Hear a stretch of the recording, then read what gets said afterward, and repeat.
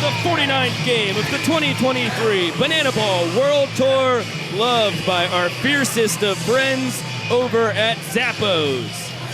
The Savannah Bananas, 25, 21, and 2, scolding hot in the month of June, get one more chance to notch a W here in the 6th month of the year. They are 8-1 here in June, and one game away from tying their arch rivals, the Party Animals, in the season series between the two squads. The Party Animals 18, 17, and 2. Victory Field is rocking. AAA home for the Pittsburgh Pirates. The Indianapolis Indians have been here since 1996, almost as old as Bico.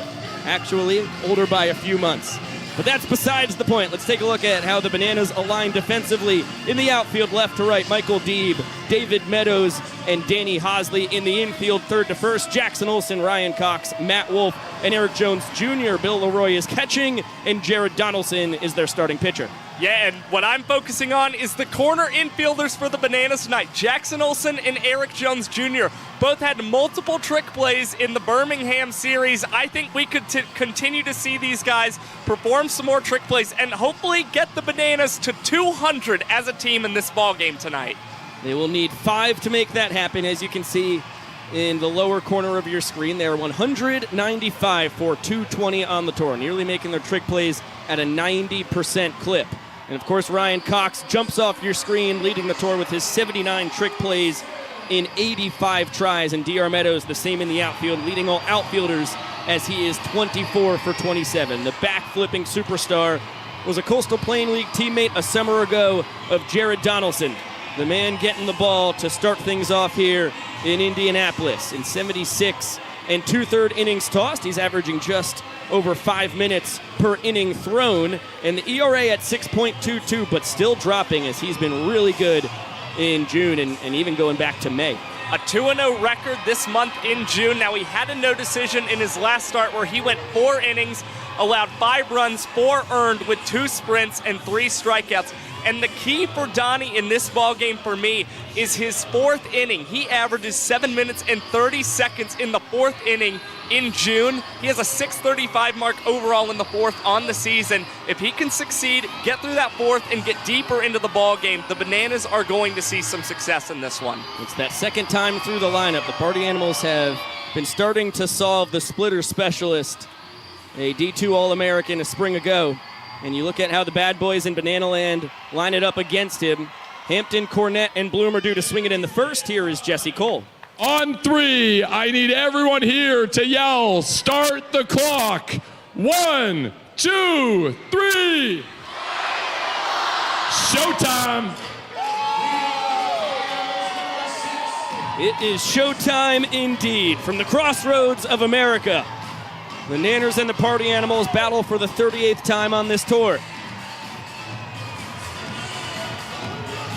The boys in black, 1-5 here in June, which has brought their record to 18 and 17. As I mentioned, at the peak of their powers, they were 5 games better than the Bananas, as Reese Hampton, the man you could just about pencil into the leadoff spot for them nearly every night here in 2023, will lead it off. The switch-hitting center fielder pops that one in foul territory. Bill Leroy moseys on out of his stance and will grab it. Great start to the evening for Jared Donaldson and company. Yeah, that's exactly what you like to see if you're Jared Donaldson. You only throw 2 pitches and you get an out. Now, how about Bill Leroy? He was really trying to size that ball up, maybe get a barehanded trick play, but went with the safe out, as again, Reese Hampton, one of the hardest outs on the 2023 tour. It was a wise move. Hampton came into the AB hitting .406, a .476 on base percentage, both of those pacing all hitters. Dalton Cornett moved up into the 2-hole, place we haven't seen him in for a while, but boy, was he living there early on in the tour. Yeah, that's exactly right. Dalton is back in the 2 spot for the first time since May the 20th. That was in Las Vegas, and only one of his last 12 games has he batted second until tonight. Beautiful sliding, tumbling grab by Matt Wolf. Our resident rodeo clown takes away what looked like it could have been a hit for DC3. And the Party Animals catcher is retired. Yeah, an unbelievable job there from Matt Wolf, ranging over to his left. A nice sliding stop and getting up and throwing that onto EJ. We've seen 6 trick plays out of Matt Wolf on the tour, but he's also a great defender in general. That's where he spent most of his time playing in college. That's a fact. And now Bryson Bloomer in the 3 spot with a quick 2-0 count. Another one of Donnie's teammates from a summer ago. That was the second campaign for Bloomer in Bananaland, part of back-to-back Coastal Plain League championships that he helped Savannah win. And now as he begins his professional career, he's gone to the dark side. Boy, has it been punishing for the Nanners that they let him go, too, hitting .365. Check that, .363, a .442 on-base percentage. And as I mentioned in the pregame show, his 37 runs driven in, more than any other hitter on this tour. Yeah, and a big reason for that is he just continues to get those runs batted in consistently. He has recorded at least 1 RBI in each of his last 3 series as he goes down here in the first. A 3-up, 3-down inning for Jared Donaldson in 2 minutes and 28 seconds.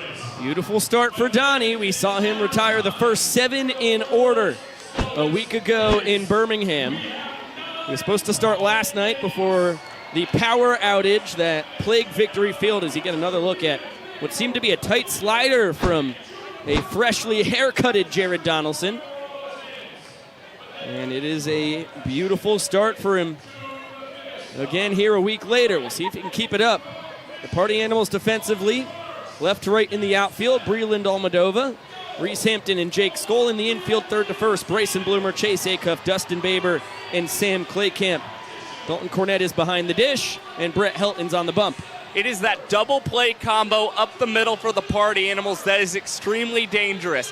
And we've seen Chase Acuff really take it to another level lately. The past 3 games in which he's recorded a trick play, they've all been multi-trick play games. He started with back-to-back games with 2, and then followed it up with a game with 4 trick plays, tied for the most for a Party Animals infielder on this tour this season. Tied with Dustin Baber, his counterpart up the middle, who, of course, is their trick play king, 38 for 41. We saw Bryson Bloomer with those 19 trick plays and 24 tries at third lead the team for nearly the first couple months, but boy, has Baber taken him in a storm. Yeah, and it all started really at the end of April, and it's just continued to snowball. You talk about another guy who really picks it up in the trick play department, Breland Almadova, pacing the Party Animals outfielders with 19. Let's take a gander at Brett Helton on the bump for the boys in black, pink, and green. Take a look at the former Pittsburgh Pirates product. He spent the last 4 seasons with the Fargo Moorhead Redhawks in the American Association before finding a home in Bananaland. And boy, has he been efficient. 3 minutes and 9 seconds per inning thrown. That is by far the best average on the tour. And you would expect when Brett Helton comes out for his first start that the average MPI is going to raise quite a bit, as it's challenging to get through guys a second time through the order.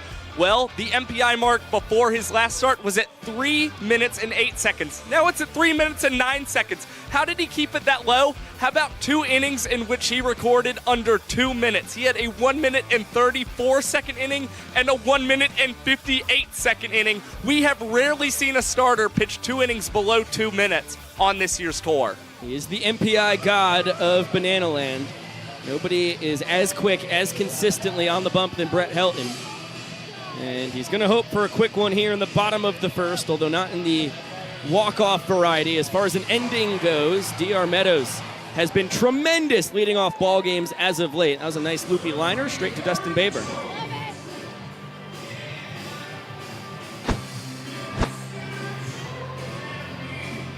Good way to kick it off for Helton as he sets his sights on Eric Jones Jr.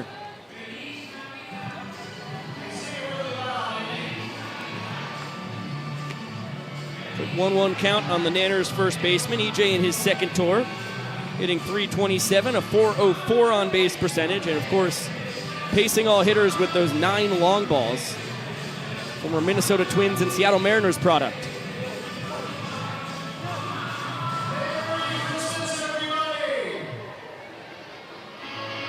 Good take on the curveball down and out of the zone. Helton, a 4-pitch pitcher. Fastball, cutter, changeup, curve.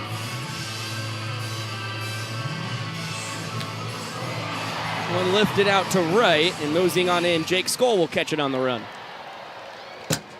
Quick 2 outs. Now it'll be Michael Deeb. We mentioned it in the pregame. 4 for 6 in Birmingham with 3 doubles and a triple. He had 3 walk-offs. Went 3 for 3 in Rickwood. Seeing the ball very well as of late, but fooled on the first pitch changeup there. Yeah, and after only recording 1 extra base hit in May, he's had 8 extra base hits here in the month of June. And that 3-hit game you talked about at Rickwood, his first 3-hit game on the 2023 tour.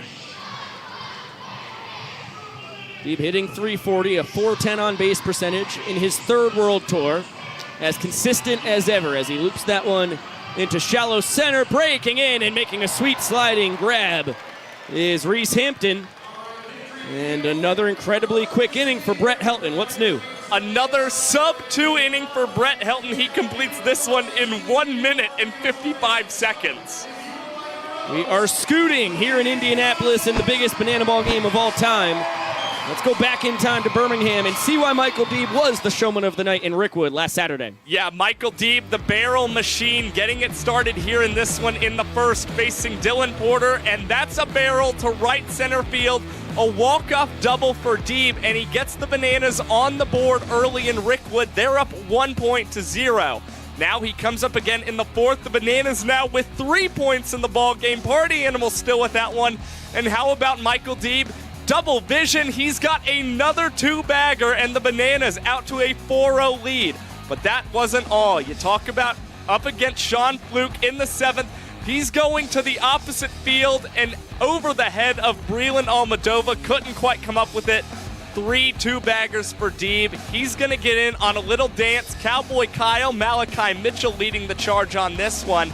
And here he's going to be on second base with Dan Oberst up at the plate, and Deeb's going to come around and score on a ball 4 sprint cartwheel. And by the way, he wanted to sing in the ball game too.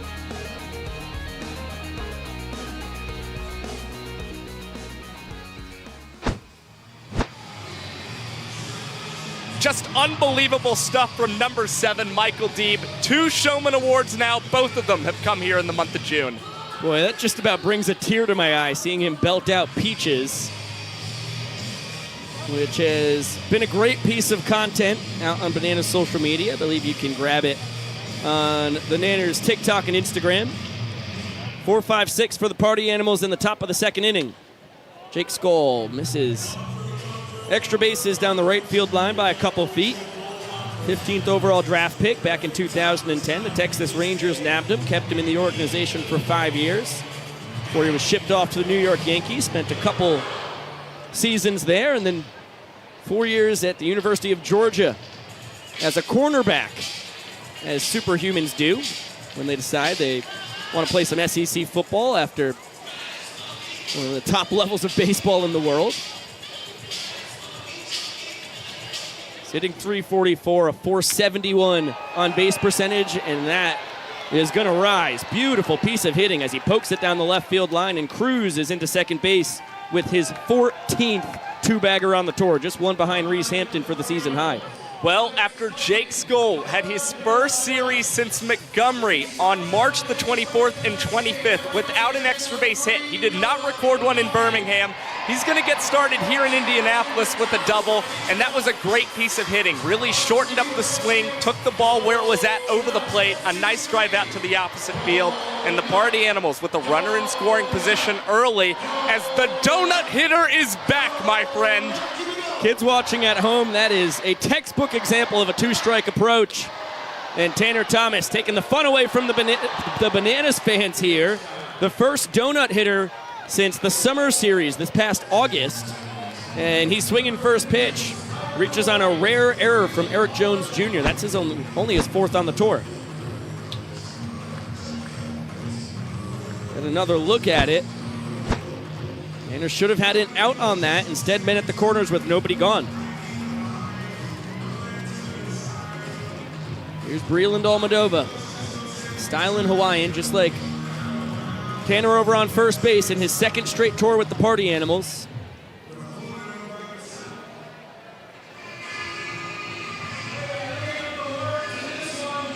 And the left fielder, very consistent. Former Arizona Diamondbacks minor leaguer, spent 4 years in the system. This is now his 12th campaign as a pro.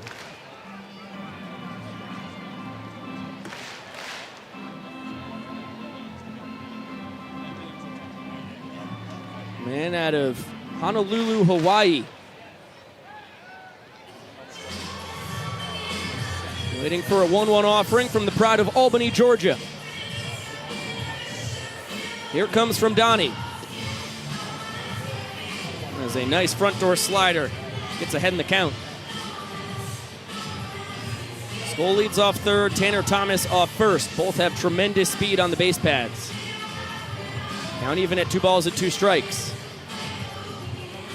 Skoll is 9 for 10 in stolen base attempts. Mr. Tinder Thomas, 13 for 14. That one misses a smidge high and the count runs full.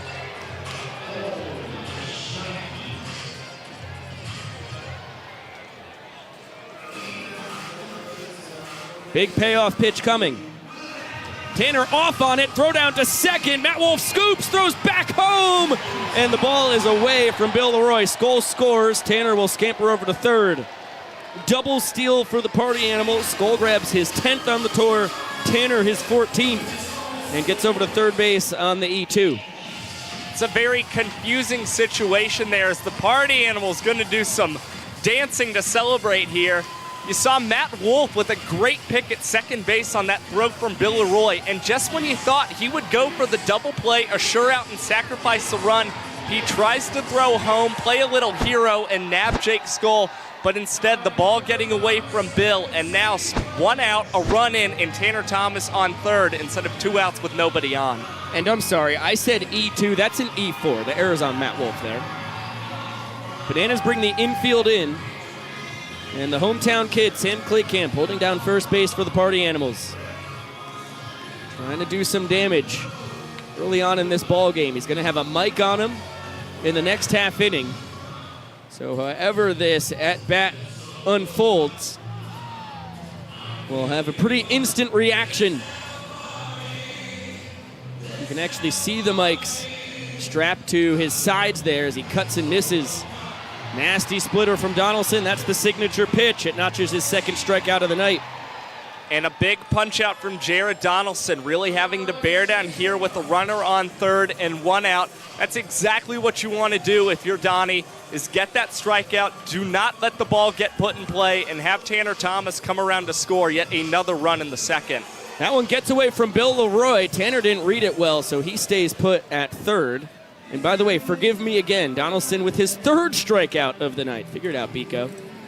He has had 2 in this inning. It's the only way he's gotten outs. The run that scored is unearned. Bananas have 2 errors in the inning, both from the right side of their infield. One from EJ, one from Matty Wolf. And now Chase Acuff trying to tack on some insurance here in the second. Fooled by that devastating splitter behind 1 and 2. But this is where a Chase Acuff at bat can be so difficult. He is not a guy who strikes out very often. In fact, only 1 here in the month of June. Before that, he had gone over 10 games without a strikeout.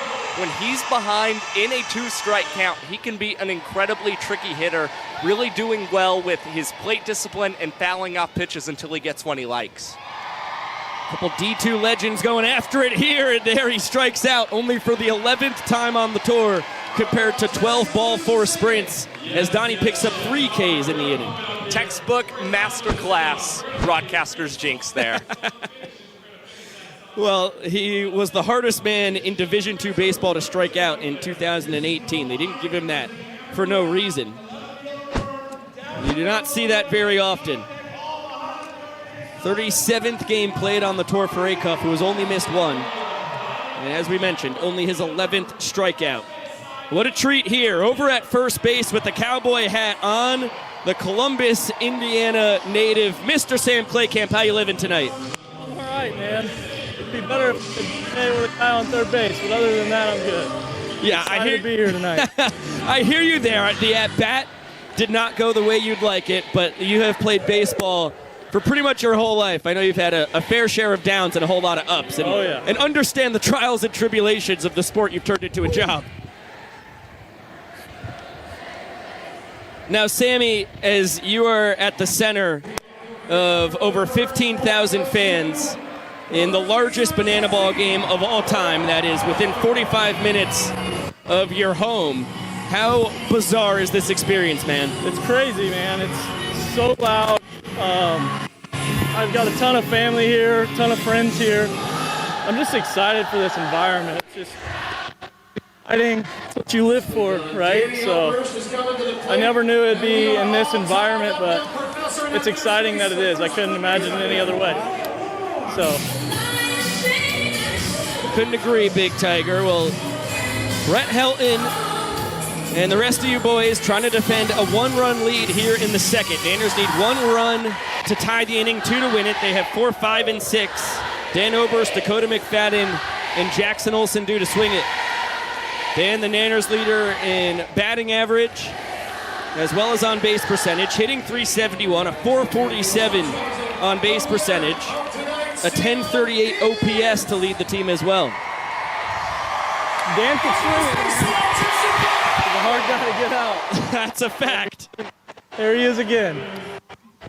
You see why he's second best on the tour with that .371 batting average, and now Dakota McFadden, the tour leader in walk-offs in his third campaign here, just like you are, Sam. D-Mac can swing it, especially in pressure situations. So, come on, baby. Hey, let's go. Reese Hampton, with his Tookus turn to home plate, goes between his legs and makes a fantastic trick play. Taking a page right out of Breland Almodova's book, ranging over there into right center and making a between-the-legs snag. Reese Hampton getting better and better by the day with his trick plays. That's his 8th of the tour in 16 tries. Dan takes off for second. Jackson loops that one to left. Breland Almodova makes a lackadaisical play. That was a tough one to get tricky on, especially when the inning-tying run is aboard. I got to tell you, these guys, especially those two in Skull, like in practice and BP, like the amount of work they put in on these trick plays is unheard of. They don't stop. So it's pretty impressive, and kudos to those guys for that. Beautiful backdoor bender from Helton there. Now Ryan Cox with a 1-1 count on him. Comes in hitting .255. So Sam, if you had to estimate how many people from your hometown, your area that you're associated with are here tonight? I know the Little League in Columbus, Diesel Athletics, they grabbed 400 tickets of group tickets, and then my mom and my fiance gathered over 200 in their own, so at least 600, and I know a lot more that got drawn for the waitlist tickets. So there's a lot of people. I couldn't put a number on it, but I'd say it's up around 1,000. It's pretty incredible, as was that piece of hitting from Ryan Cox with Dan off on the pitch. Little loopy liner right to where Chase Acuff, his counterpart, was residing. Yeah, he benefited from Chase Acuff going to cover the bag at second base on that over-steal attempt with the lefty up at the plate. And Coxie, great at the opposite field hitting, even though that one a little more towards left center, and just hitting it where Chase Acuff was originally, but couldn't be anymore. Big moment here for Bill Leroy and the Bananas. Yeah, Coxie's been a pesky hitter all year for us. He's tough to get out. Well, you get back-to-back guys in the order here, 7 and 8, who are tied for the tour low of 8 strikeouts. They're going to put the ball in play, as Bill does here. Hampton racing after it and tracks it down. Sammy, before we lose you, real quick, how fired up are you to be here in the city where your fiance Megan is an NFL cheerleader, and now you get to put on this great show with the Party Animals? I'm excited. This is it's amazing. How could you beat it? I get to come to Indy for all the Colts games. I've been to every Colts game in the last 2 years at home. And wow. It's been exciting just seeing all this, all the fans and the excitement. I love it. So. We can't thank you enough for popping the mic on, man.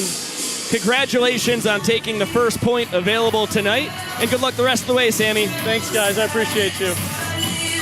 There goes Slammin' Sammy Claycamp, a legend of Banana Land. 2018 Nanner, 2021 World Tour Banana, and now in his second tour with the Party Animals. A player coach in his wizened age, but still terrific baseball skill. Let's throw it down to Maceo and the boys. They will dance our way into the third.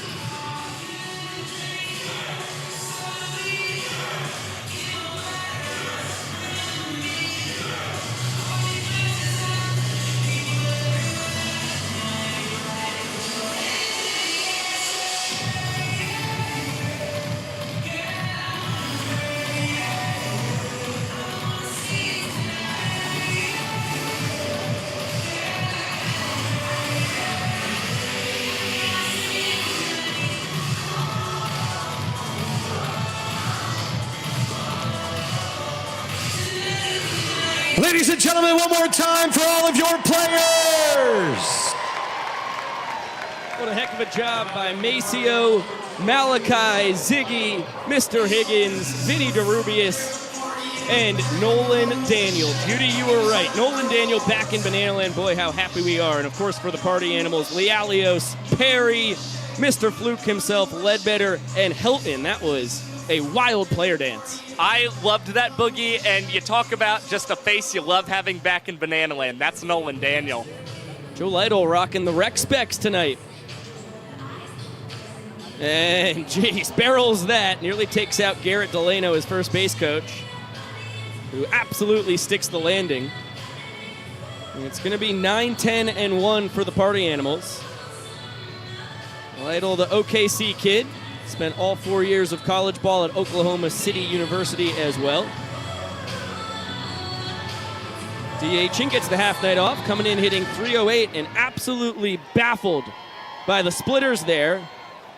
And looking incredulously towards Vincent Chapman, thinking that he got a piece of that one. Instead, it's going to be the fifth strikeout for Donaldson. And he only needed 3 pitches to record that strikeout. A great start for Donnie. He's going to want to limit the Party Animals here in this inning, especially with those fourth inning struggles that he can be prone to have. As again, this is a Party Animals team. They've jumped out to a 1-point lead in this ball game off of 1 run in the second inning, which coincidentally, their 300th run scored of the season. History was made last night as we had the first Banana Ball game ever canceled due to the stadium not having power. Downtown Indianapolis got zapped from a storm. And now Jared Donaldson bringing in the boys for a little choreographed dance. Bill Leroy, a big part of this one. The front of your screen there. Now Coxie, Wolf, and Meadows getting involved as well. Well, Simon says here, Donnie does, and the boys follow. Here comes the pitch. That one bounced into the open 6-hole. And Dustin Baber, Party Animals second baseman, is aboard with 1 out. That's the second hit of the night for the Animals. And that now gives Dustin Baber 3 straight games with a hit. He's had a run scored in the last 2 games in which he's recorded the hit. Kind of feels like this could be the start of a possible hot streak for the Party Animals second baseman. The lineup turns on its head. Back to the top. Reese Hampton ahead 1-0. He popped out in foul territory to Bill Leroy his first time. Baber over at first, not a threat to run. Couple steals on the tour, but both of them were of first base.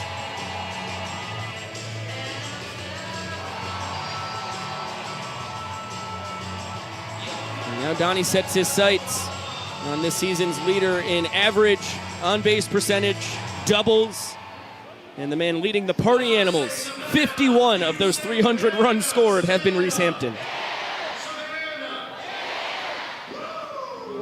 One gets away from Leroy, and Baber's going to take the extra base on the wild pitch. Yeah, and you're going to see that with a guy who throws a splitter. With that pitch, you see a lot of balls in the dirt, and every once in a while, as good as a catcher as you may be, you're prone to having a wild pitch or two with the way that splitter sinks. Dangerous 3-1 offering coming here. That is going to be ball 4. Baber will score easily from third. Nanners get it around the infield quickly. Hampton is not going to test the sprint defense from the Bananas. They get it around all 7 fielders behind Donnie and Bill awful quickly. But Hampton will pick up his 23rd run batted in. Baber touches home for the 18th time on the tour. And the Party Animals with a pretty bizarre dance back towards the third base dugout. Not saying I didn't enjoy it.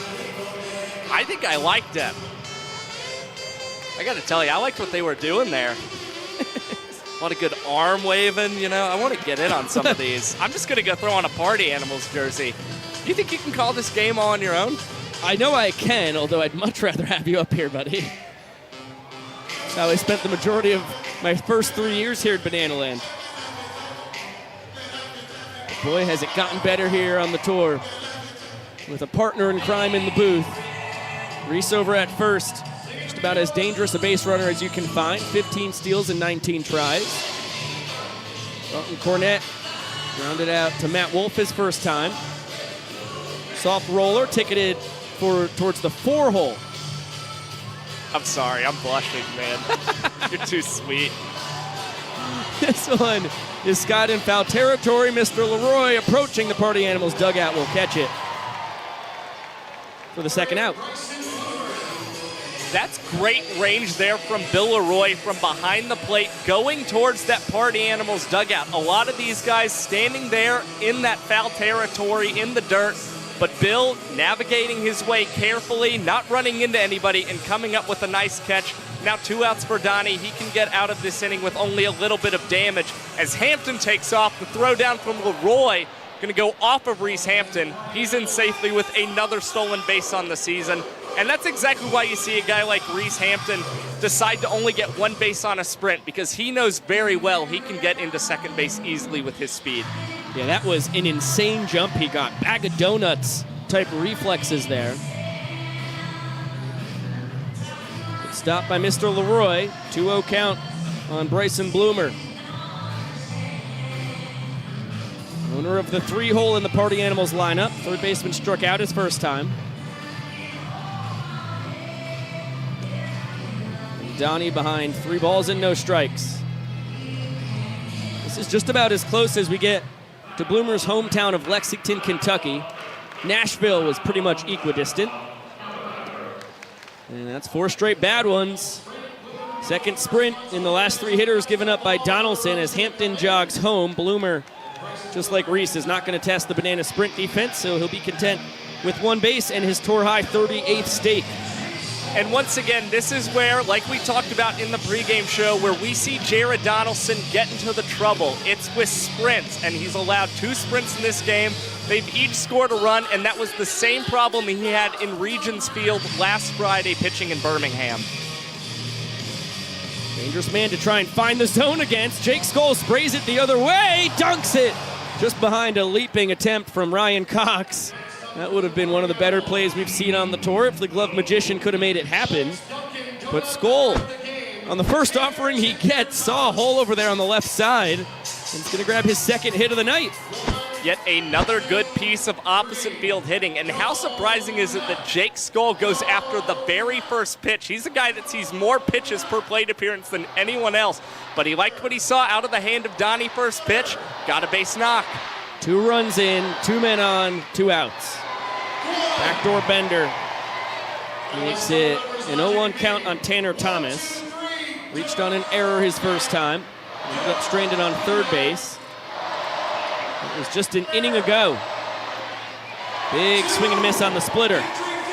He is the donut hitter tonight. And the largest crowd in Bananas history is 1 strike away from all getting free donuts.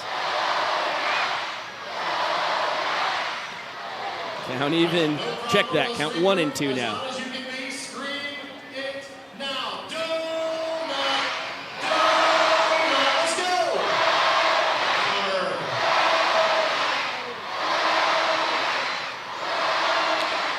That one popped towards the fans. They could make a play here.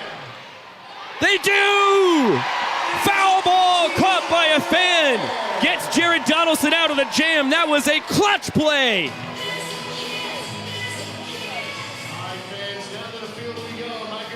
Great work from that woman. What an unbelievable play. Chalk that down to something you love to see here in Banana Land. Jared Donaldson with 2 runners on gets bailed out by a terrific catch from a fan. It's actually that youngster. That's why you bring your glove to a banana ball game.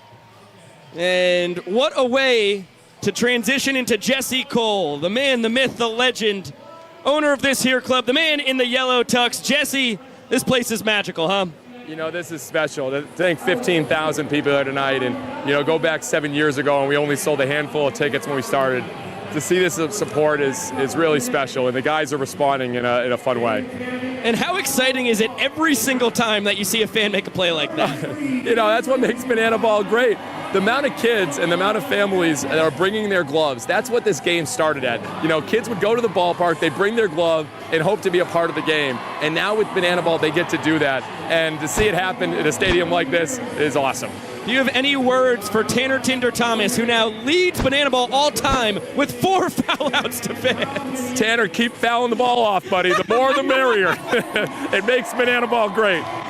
Oh, man. All right, real quick here, Jess. How about the Bananas? 8-1 in June compared to the Party Animals 1-5. If they win tonight, they will actually even the season series. It's got to be a lot of fun for you seeing the Nanners find their stride here. You know, you couldn't write it up better. You know, the idea is we knew the Party Animals would be very talented, but the Bananas have really come together. They've added some new players, but also just they're playing with a ton of energy, and it's so fun to watch. And I think this is exactly what you want, these close games. And if it goes 50-50, 500 at the end of the year, that's a pretty good chore if you ask me. Couldn't agree more. Thank you so much, my dear friend. Thank you. Love you, Pico. Love you too, Jess. There goes the man in the yellow tux, whose incredible desire to create this thing. Well, I'll pause right here. Brownsburg, Indiana,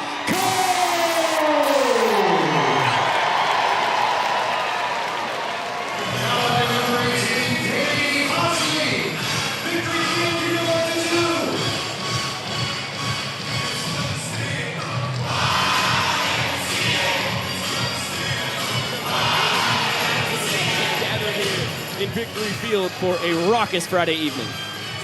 I mean, what more could you ask for so far in this ball game? You get the fans catching some outs and getting some trick plays early on, and maybe the Bananas will be able to scrap together a rally and bring across their first point here in the third. They trail 1 point to zip. They're down 2-0 here in the third inning, so they need 2 to tie it, 3 to win it. Brett Helton had a 1-2-3 first inning. Minute and 55 seconds is all it took. Labored an inning ago. Gave up singles to Dan Oberst and Ryan Cox, but left unscathed. Earned the Party Animals their lone point of the night thus far, and is now hunting for another. Front door bender just misses. Danny Hosley able to check his swing. 3-1 count. Check that. Check that completely. 1-2 count. According to our scoreboard in the building, 3-1 according to the broadcast, which should now be 3-2. I think they're just boggled here in Victory Field as Danny stays alive, and it's still a full count. We're in the twilight zone, man. Yes. I'm looking up at the scoreboard. I'm like, I thought I saw 3 balls. But I will defer to the professionals from time to time. Okay, no, it's not 3-2. Now it is full at 3-2. Everybody was wrong. The scoreboard in the building, which is still wrong. Our scoreboard's caught up. And that's strike 3. Hosley thought he had a sprint. Instead, there is 1 down here in the bottom of the third. Pandemonium. By the way, that's Brett Helton's first strikeout on the Banana Ball World Tour as a starting pitcher. In his last start, did not record a strikeout, did allow 2 sprints, but now he picks up a strikeout looking there of Danny Hosley. Got another glance at it. Now set your sights on Matt Wolf back flipping into the right-handed batter's box. D-Mac and Danny Oberst will roll his barrel off the field. And Wolf not wasting any time and wants that pitch back. He's behind 0-1. 0 for 6 on the tour. Only 1 strikeout. Has been hit by a pitch, so he's reached before. Flares that one into the stands. And it is not caught. Reggie Liggins, the first base umpire. makes the emphatic call. Of course, Vincent Chapman behind the dish. Randy Voss down the third base line. 1-2 count now on the Nanners second baseman. Loses his trousers. Emergency swing to spoil that one. I don't know if it's more impressive if Matt Wolf had gotten a hit with the trousers down or that he was able to foul that pitch running in on the hands-off. That one looped into shallow right, charging in and not able to make the play, Jake Skoll. Matt Wolf, congratulations on your first hit of the tour, my dear pal. The first hit in his banana ball career, no less, and I'd like it on the record. I looked at you yesterday. I did not look at you today, but I did say yesterday I had a firm belief that Matt Wolf would record his first hit of the season. If anybody wants to know what Biko Scala's first high school hit looked like on varsity when I was in 10th grade, you just saw it. 3-2 count instead of Matt Wolf in a 1-2 battle, and a classic flare position perfectly between right field and second. Was it a 5-pitch at bat? No, it was like 7 or 8. Oh, you're scrappy. 9 or 10. I was a tough guy to strike out, but that was the lone hit of my 10th grade season. They called you the Chase A Cup of Saugerties High. 504 on base percentages don't make themselves. A lot of walks, I'll tell you that much. Maceo Harrison channels his inner Miley Cyrus at their coach and first base. We're back at the top of the order for the Nanners. D.R. Meadows cuts and misses. And as Hilton gets his first strikeout as a starter, just 2 batters later, he notches his second. Waves goodbye to the doctor who lined out to second his first time. Like a tight cutter there from Helton to get the K.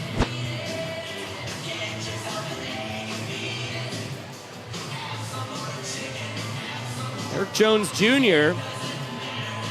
going full Weird Al on us, sampling a plethora of foods as he walks down. Now we'll autograph a hot dog and take a good mouthful of popcorn. Just eat it, Eric. Good at listening to directions. I'll tell you what, I've got an idea that has popped into my head. I want to go back home to Grayson Stadium in a week and eat an autographed Neil Trumler hot dog. It's going to be autographed by Neil? Yes. That's a great idea, Josh. What could go wrong, you know? Don't let anybody stop you from making your dreams come true, man. It's a 1-1 count on Eric Jones Jr. He flew out to right his first time. He represents the inning-tying run. Nobody better to do it. His 9 home runs pacing all hitters. Bullpen catcher for the Seattle Mariners a year ago. Grounds that one to Chase Acuff, who goes behind the back with the glove flip to Dustin Baber. 20th trick play in as many tries on the tour for Chase, who is really picking up the pace. And that is an unbelievable trick play from Chase Acuff, one we have not seen on this year's World Tour.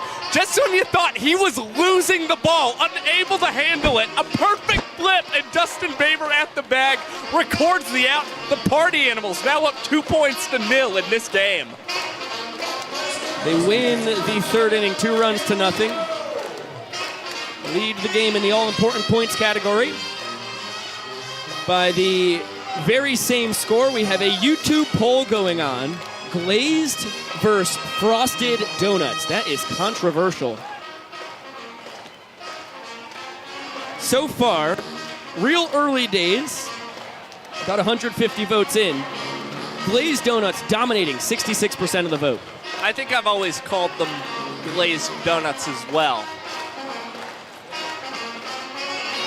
Well, it's which type do you prefer? I think it's 2 different kinds of donuts here, Josh. I don't think. Oh. Yeah. Interesting. I thought we were playing a synonyms game here. Right. That was kind of the battle yesterday for us, huh? Yeah, we'll bring that up in a second. To go on the record, I'm actually a frosted man.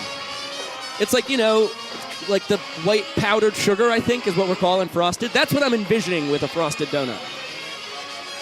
Okay. Interesting. Maybe that's powdered donut. I'm just a classic glazed donut guy. Can't beat it. So to go back to the fierce argument Josh Talevsky and I had a day ago, we had Thanksgiving meal for lunch. Shout out Emily Cole. As you see Jesse up top with the Banana Band, his wife, fellow owner of the team, blessed us with a Thanksgiving meal. We're all fired up, one of the best on the tour thus far.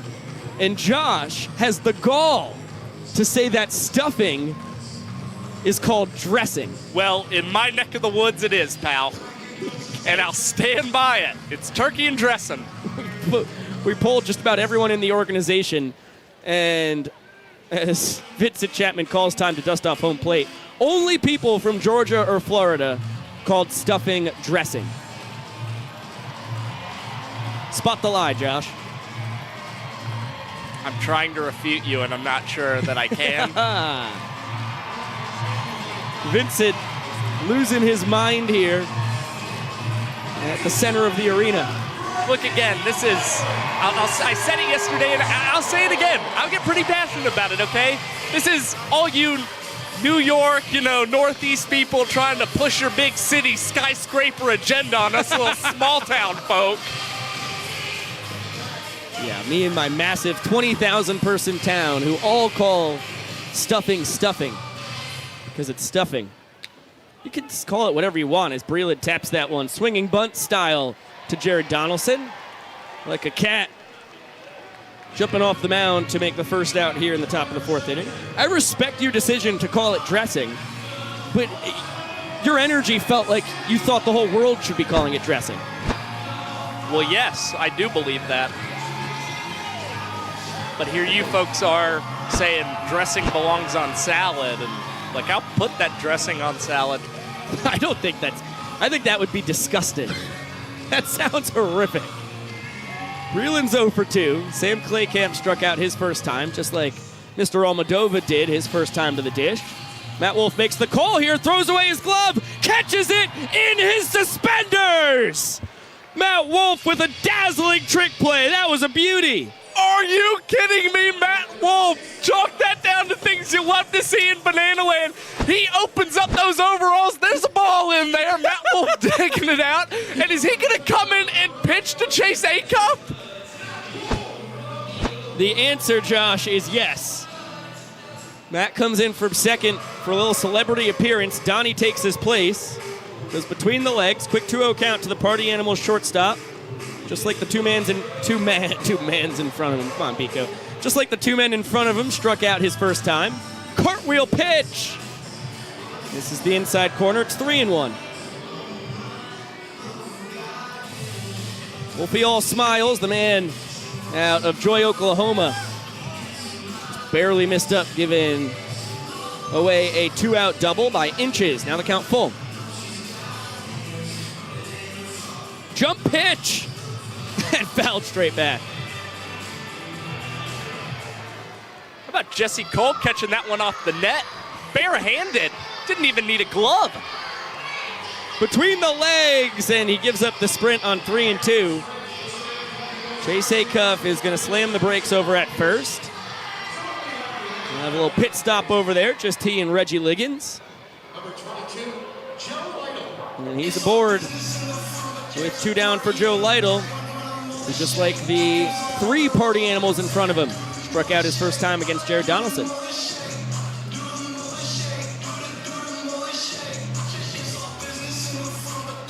6 through 9 in the Party Animals order amount for 4 of the 5 strikeouts for Donnie tonight. Wolf will send that one over. Acuff back standing, and the tag not in time. Eric Jones got him with the pump fake, but Mr. Liggins said that Acuff was able to retreat back to the bag safely. 2-0 count now on Lytle. There goes Chase. It's a strike, throw down, not in time. Acuff doesn't get dirty, doesn't need to. He's now 8 for 11 on the tour in stolen bases. Both teams been running wild early on tonight here in Indy. 3-1 count now to Lytle, and Wolf really has to bear down. Fouled straight back. Who's got the pop to do damage on a cookie here. And he will take a sprint. Wolfie goes 3-2 between the legs again. Back-to-back sprints for the Party Animals. Lytle testing the Banana sprint defense, is able to get to second base. Ends up sloppy behind Wolf as well, and the Animals have scored for the third straight inning.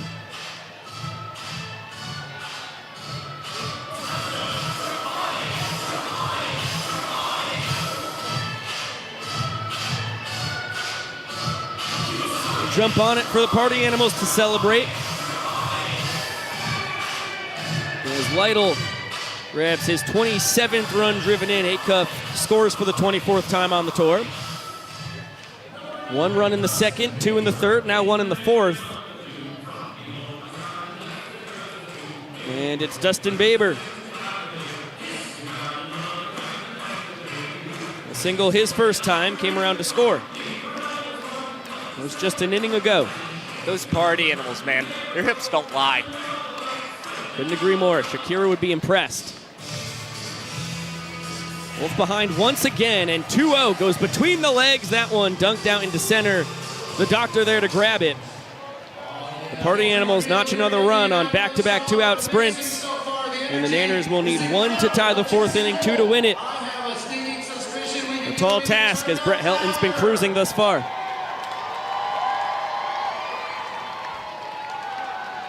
And here comes the largest hay baby in Banana Ball history. Pretty apropos, as this is the 250th straight sellout.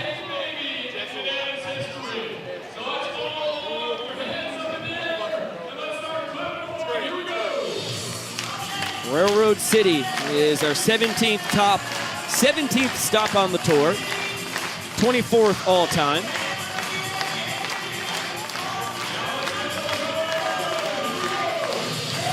And what a sight this is.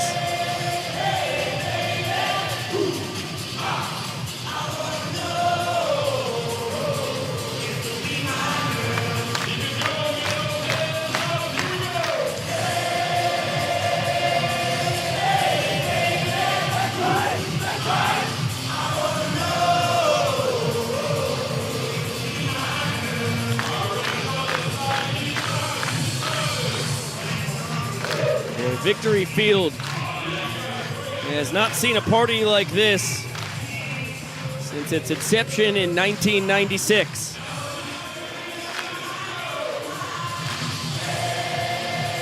The 26th year that the ballpark named for the United States win in World War II, just like its predecessor was, and at least for a time. It has been in existence. The Vic, located here in southwest Indianapolis in the White River State Park, with the largest hay baby ever. Boy, that was special. And just an immensely popular minor league stadium. It's worth noting, Victory Field, a stadium that has won Best Minor League Ballpark by magazines, publications such as Baseball America and Sports Illustrated. This place is truly incredible. Yeah, it's highly regarded in the baseball world. Now it becomes a part of the Banana Ball family. Banana Land, for what was supposed to be Thursday and Friday night, and it ran out of power for what seemed to be the first time in the 26 years it's been here, at least according to all the eyewitness reports from workers, all the way up to the CEO of the company. Good job by Dalton Cornett to track that one down. Michael Deeb doesn't even think about trying to steal first. We'll be playing at noon tomorrow, noon Eastern time, to make up for the game we could not have in a stadium that lacked power an evening ago. 1-2 count on the Nanners left fielder who flew out to center his first time. It'll be yet another Banana Ball record. Earliest game in Banana Ball history. That's a fact. Going to defeat West Palm Beach last year and Jacksonville this year. A couple of 1 p.m. starts.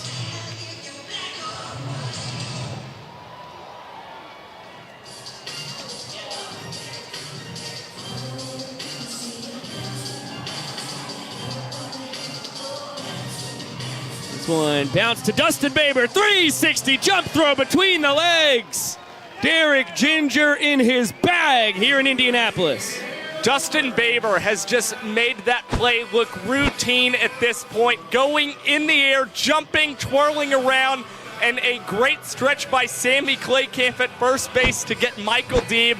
That is an unbelievable trick play. Again, it's that double play duo. You're already seeing Acuff and Baber doing some insane trickery in this ball game. Dustin's 39th trick play in 42 attempts, pacing the party animals. He isn't halfway to the tour leader, Ryan Cox, yet. But one more trick play and he will be. That's assuming Coxie does not return fire, which I would not bet against. That ball popped in foul territory. Cornette throws away the mask, finds the ball. And the Bananas 1 out away from dropping their 3rd straight inning here. Josh, how are you feeling about your prediction of the Bananas winning 5-3 tonight? Well, it would appear the party animals possibly on track to record their 3rd point of the ball game. Now, I never said that it couldn't be a come-from-behind win. Now, did I? Not at all. Things could be going just to plan here, as that's a really nice righty-on-righty changeup from Helton. It's a tough pitch to execute. Heater just misses the low outside corner. Oberst now 1 for 2 on the night. McFadden, just like Deeb, who led off the inning, he flew it to Hampton in center his last time, and this one's going to dunk down. Tying run is aboard, and Jackson Olsen is going to represent the 4th inning's inning-winning run. And what a time to represent the hometown NFL football team, the Indianapolis Colts. Malachi Mitchell pinch running for DMAC over at first base. Stealing on the first pitch, throw from Dalton Cornette into not center field. Excellent leaping grab there by Chase Acuff. Yeah, Chase Acuff with his best vertical of the year there to keep that ball from sailing into center field. Malachi Mitchell now getting another stolen base here for the Bananas. Now he has 9 in June, a team high.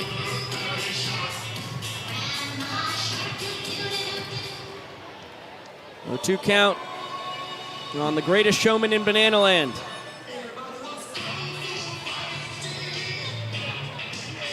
Tanner's 3rd baseman flew out to left his first time.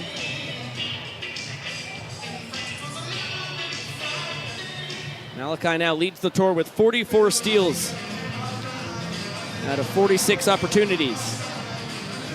And Jackson hangs tight, that one out of the stadium as you see our high home camera try and track it.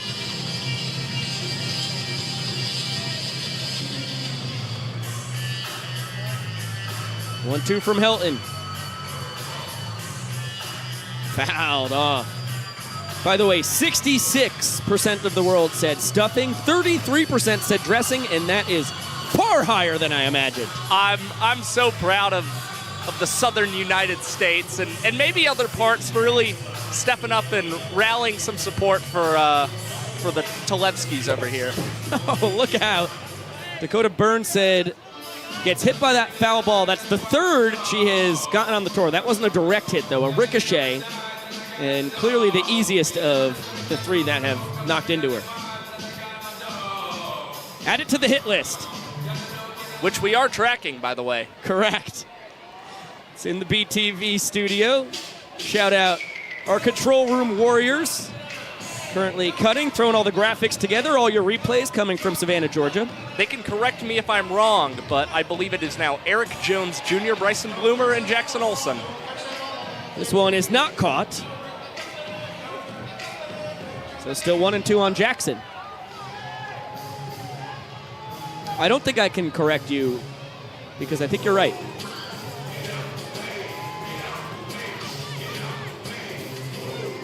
Flash still leads off second. Another 1-2 to Mr. Olsen. Hit hard, but Dustin Baber is there. He will bounce it to first. His 2nd trick play of the inning. His 40th of the tour. And the Party Animals have won their 3rd straight frame. They're up 3-0. And we will throw it down to Emily Cole.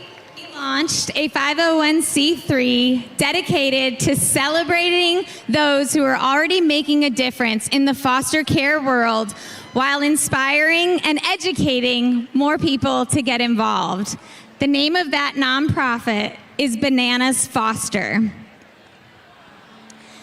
Tonight we have the honor to recognize an incredible family, the Bartmans. This family started their fostering journey by taking in emergency placements, which basically means they're the ones answering the call after hours, on the weekends, and in the middle of the night. They've taken in over 35 children this way. Please stand and help us recognize the amazing family, the Bartmans, doing incredible things in this community.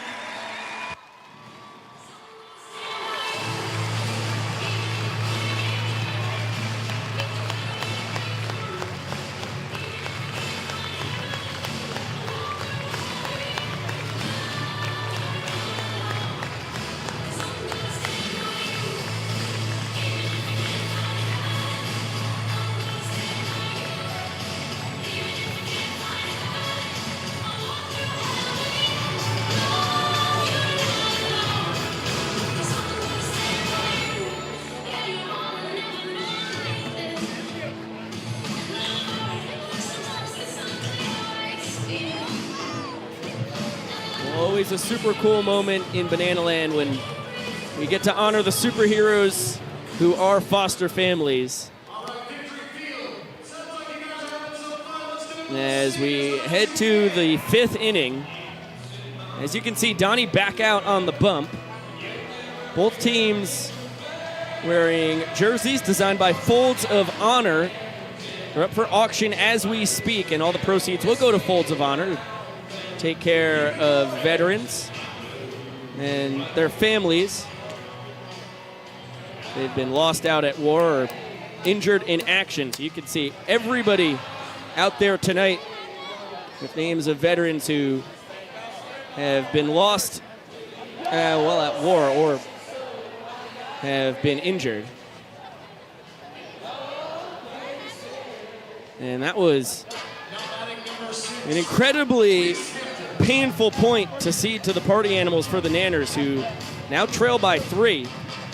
And Donnie had gotten 2 quick outs before Matt Wolf came in and really gifted the Party Animals with a run with the back-to-back sprints, going with back-to-back 3-2 pitches coming between the legs. Was a very interesting decision. You love Matt Wolf with the trick play and coming in to record that final out. But something worth noting, he's kind of been struggling with his control as of late, especially in games against the Party Animals. Kind of surprised he didn't just face one batter before the Bananas went back to Donnie, as Reese Hampton sends a deep drive out to right field, and that ball is out of here. Reese Hampton with 2 home runs here in the month of June, and the Party Animals continue to roll here in the 5th. Hampton's 8th tater tot on the tour. He ties Jake Skoll for the Party Animals team high, and he's just 1 behind EJ for the overall tour lead. Boy, that power is menacing in that little man, as the Party Animals have now scored a run or more in 4 straight innings. And that's why it hurts so much to gift them a run on back-to-back sprints, because they're going to do a whole lot of bashing balls out of the ballpark as well. And something Reese told me yesterday after we had left the ballpark was how excited he was to come into this stadium and hit. Felt really good about the way he was swinging the bat yesterday, and now you see exactly why he was feeling so confident. By the way, when I say Reese Hampton, a lot of power in that little man, I would like the record to show he is 2 inches taller than me. Just in the baseball world, he is no giant like the man now hopping into the broadcast booth, Mr. Cowboy Kyle Lewigs at 6'4", as Dalton Cornett flies that one out to Danny Hosley. Yeah, Biko, I was just sitting here in silence. I was going to wonder, the question had to be asked, if Reese is a little man, are you then a little man? Because I don't even consider you a little man. I'm a little man in baseball terms. As a professional baseball player, I'm a Dustin Pedroia out there. I'm about as tiny as I can. And as far as heart sizes go, you're a very, very big man. Right, like the Grinch at the end of the movie. I believe. 3 times bigger. Correct. That was a trivia question I had to answer the other day. I know. My guess was 10,000. Yep. That was Jackbox, Jukebox. Plus Jackbox games. Jackbox was correct. Not Jukebox. It's never Jukebox. It never is. I've called Biko a lot of things, friend, buddy, playboy, but I've never called him little man. Might have. We've got a foul out to a fan.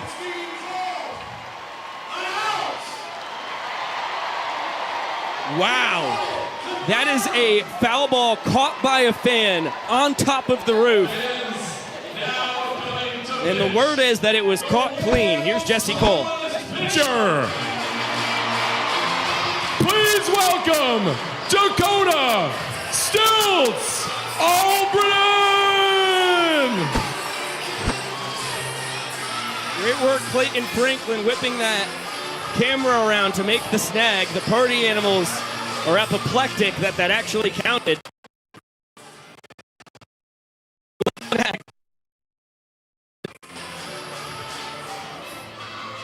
Yeah, we didn't have the best vantage point up here in the booth, I'd say that.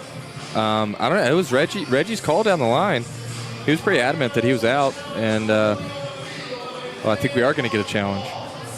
Good eyes by Reggie Liggins. The party animals are going to challenge this, and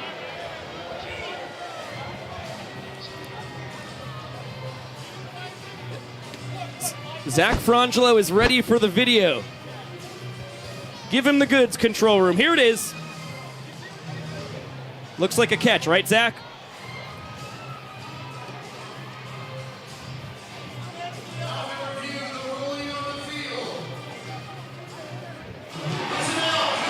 The Shark just overruled all of us and said it's confirmed on the field, but I agree with his decision. I definitely agree. I don't think I can't weigh into those matters, but that man is technically a fan. I think he is employed by Victory Field, but he's in the roof and in the right spot. And, I mean, I consider him a fan. He's definitely a fan now if he wasn't before. That's just good strategy. Yeah. Get a guy up there. Yeah, we got to get a guy up there. We've got a guy up there. We've got a guy up there. Yeah. We sure do. A new position in Banana Ball has been opened up. The Roof Patrollers. Nice slider there to get Stilts going here. Jake Skull 2 for 2. Double his first time. Singled his last trip to the dish. Came around to score. Actually stole home to do so. Both his hits have been to the left side. And that one past Stilts, grabbed by Jackson Olsen, who will bounce it on a hop over to first. Third baseman for the Nanners on the right side of the infield in the Skull shift. It pays off. He grabs his 10th trick play of the tour in 11 attempts. And Stilts does his job. Yeah, I thought Stilts had a chance at making that play. I think he needed the big glove. A gazillion views if he makes it happen. Bajillion, some people are saying. I don't know which number is bigger. That could happen as well.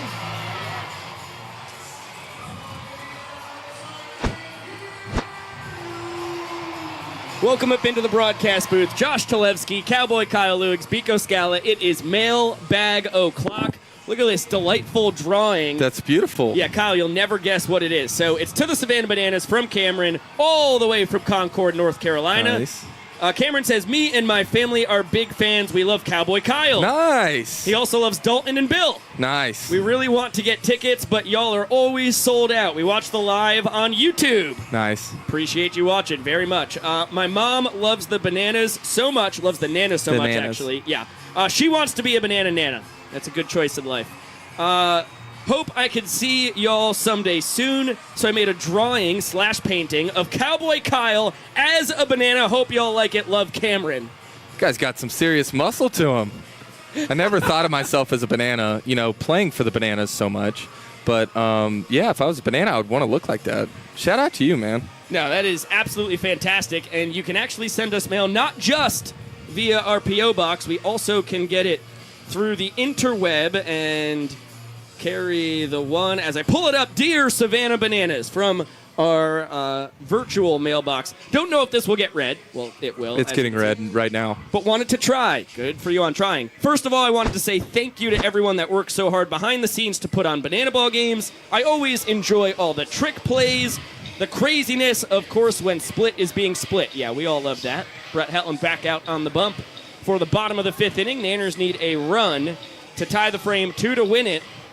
They're in danger of dropping their 4th straight inning as Coxie has an 0-2 count on him. Back to our email. I hope that one day I'll be able to see a banana ball game in person. Hard for a first-year teacher. Yeah, understandable.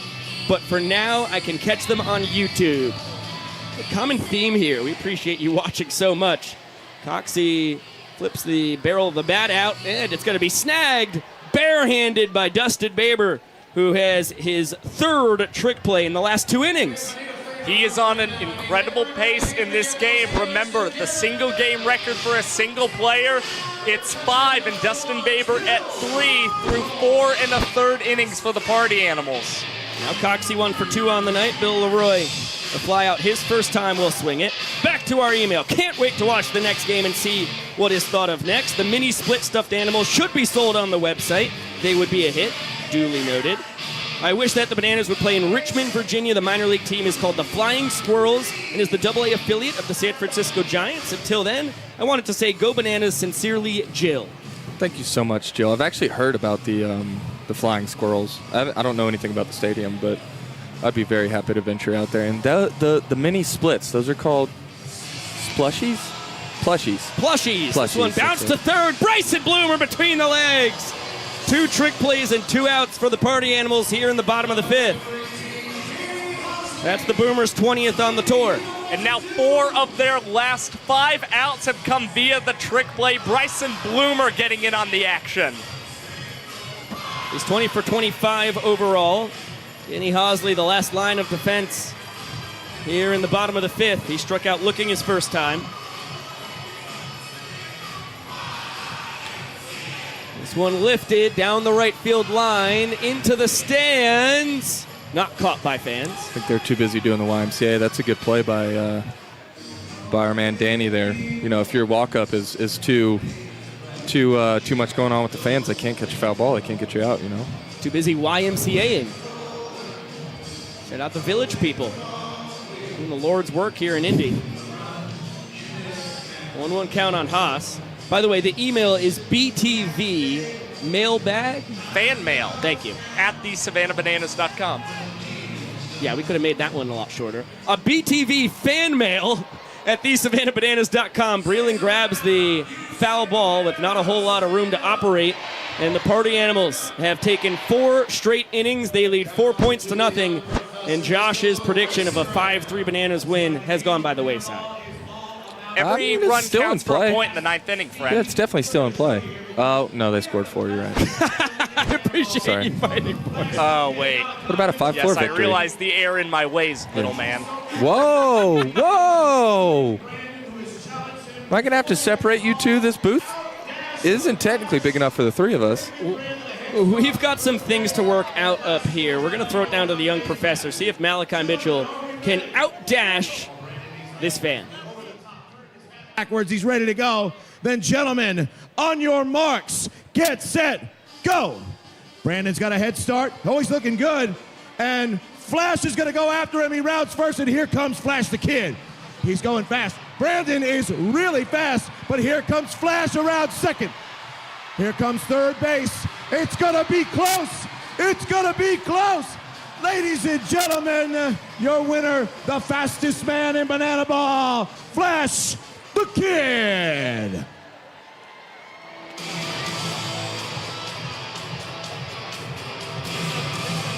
Tyler Swertnick with a legendary comment after Flash claims the victory here. Tyler said they should sell Josh on the store. I would buy him. I couldn't agree more. I don't know how many Joshes we have in stock, but I would be the highest bidder if it was I'm wondering bargain. in what form, what capacity. Like, am I a plush? Or are we just talking You're like... too big to be a plush. No, it's replica models of me here. Maybe we could do, you know how Dalton has that cardboard cutout? Maybe get that going. That'd be fun. I like that. I didn't know we were selling replicas. I thought we were just selling the real thing here. And to rent you out here. Yeah. Somebody that can't be replicated and that is dear to my heart is probably one of my biggest fans, one of Josh's biggest fans, and one of Biko's biggest fans, Steve Kellogg, in the building tonight in Indiana. He said, "What's up to me? told me to tell y'all hello because I told him I'd be in the press box later on in the game. He was just kicking it in VIB. Well, luckily, because this is the exact same game we were supposed to get last night, we had pretty minimal broadcast notes that we had to work on today, so we actually got to go down and hang out with Steve and his mom, whose birthday it is today. Big happy birthday. Great to meet Steve's sister as well. It was a party. Zach Phillips out there for his second inning as a Banana. That was a hot shot to Jackson Olsen. He goes between the legs across the diamond, gets Tanner Tinder Thomas by a step. And the greatest showman of Banana Land, second trick play of the night, 11th on the tour. Yeah, Zach Phillips picking up right where he left off in his one inning short stint in Grayson Stadium. I mean, there's a lot to like about the guy. He works quick. He throws a lot of strikes. I really like that matchup that he had against Tanner there. I thought we were going to get the crowd some donuts there as he's quickly ahead 0-2 to Breland, but found out a lot about him. Oh, Jackson Olsen behind the back. Breland Almadova barely made it 10 feet out of the box. Third trick play of the night for Jackson. Now he's up there with Mr. Baber. And that is a new single game high for the Great Eight. 3 trick plays. And by the way, they've all been the last 3 outs. Skoll, Thomas, and Almadova, all ground outs to Jackson Olsen, all trick plays. Yeah, do we have a clock on this? Because Phillips is burning right now. One popped, shallow center. It gets just in front of DR Meadows. He might have had it. Sam Claykip now 1 for 3 on the night. I think I jinxed it. I'm sorry. He would have come away with a 1 minute and 25-second inning. For those wondering at home, that would be the 7th fastest inning in Banana Ball history. Yeah, I found out a lot about the man on the mound on our way up here. We had a flight on American. There was about 10 of us, and then the whole rest of the players in the company were flying Delta. Not the whole rest of the team. Excuse me. Sorry, we'll get into that later. But a lot of them were on that Delta flight. Jackson Olsen tries to go behind his back. He was hunting the trick play record. Would have been one behind it if he came up with that one. But unfortunately, it's the second trick play missed on the tour. Pretty wild flare here by Jackson. Tapped up the first baseline, and wow, Zach Phillips trying to barehand it, comes up empty. Chase Hitcuff reaches on the E1. Yeah, I found out Zach is married. Yes. Did not know that. I found out that he really enjoys fishing and time on the beach. I just got to spend a lot of time with a couple of those guys that are just joining us, and a good quality time was spent on those 2 airplanes. I know that you had a conversation with him earlier. Yeah, first Probably off, found out a little bit more than I did. Oh, yeah, I did. Shout out Reagan, Zach's wife, watching in Arkansas. That one a mile high to right. Danny Hosley able to get under it and retire this side. Mr. Phillips gives up a single and commits an error himself, but strands 2 party animals and finally breaks the chain, which ends at 4 straight innings with a run or more scored by the party animals. Lytle with the fly out. Phillips, man who started at Grayson Community College, then went to the University of Mississippi, Ole Miss, and was drafted in the 27th round in 2019 by the Kansas City Royals. Spent the past 4 years in the organization. Was in spring training with them this past year, and then thanks to Vincent Chapman, the dancing home plate umpire, who is also from Texarkana, Texas, and umpired Zach when he was in Little League. How about that? Small world, you know. He was monitoring Mr. Phillips' career, said Banana Land's the perfect place for him. He's a guy who has always loved working quickly, kind of adding a funky flair to what he's got going on. So Nestor Cortez type action, Johnny Cueto-esque. And that stuff is what we're all about here in Banana Land. Yeah, I couldn't agree more. And Vincent Chapman, our next great legendary Bananas scout. Yeah. Anybody can be a scout if you try enough. You know, if you meet people like he does. I mean, I don't think he's ever met a stranger, so he's bound to run across a couple baseball talents, you know. Brett Helton going to be out there for his 6th inning of work. He went a tour high for him, 4 2/3 frames his last time out. Just a couple runs given up on 3 hits and 2 sprints. Earned 2 points, lost 1. He is up 4-0 here tonight in the points earned versus points lost department. Looking to remain infallible. It's going to be 10-1-2 for the Nanners. Alex Ziegler will pinch hit for Matt Wolf, who singled in his lone trip to the dish. And actually, DR Meadows will not come to hit. Just playing a prank. Looks like the guys are going to try and take Ziggy's job. Ziegler, of course, performing his bat tricks to perfection. Can't say as much about all of his and your teammates. Yeah, I think his job's pretty safe. I don't think anybody's coming for his throne. Big moment here for the Bananas. They just need one run to notch their first point tonight. The great thing about Banana Ball, as we have about 42.5 minutes to go, is every run in the last inning counts as a point, as that one's chopped to Bryson Bloomer. He goes between the legs, fired across the diamond. His second trick play of the night, 21st of the tour. I got a question for you. Yes, sir. Has Ziggy ever struck out? Yes, sir. How many times? Once? I mean, I feel like every time he's putting the ball on the bat, or the bat on the ball, I should say. He has struck out 3 times. I don't remember it. In 19 plate appearances, now 20. That's pretty after good. that ground out. Looks like the boys are going to boogie. 1-0 count here on DR Meadows at the top of the order. Brett Helton brings Acuff and Baber into the center of the infield. Hampton goes to the rover spot in the outfield as Skoll and Almodovar come in to dance as well. And the pitch is up and in. 2-0 count on the Nanners center fielder, who has lined out and struck out tonight.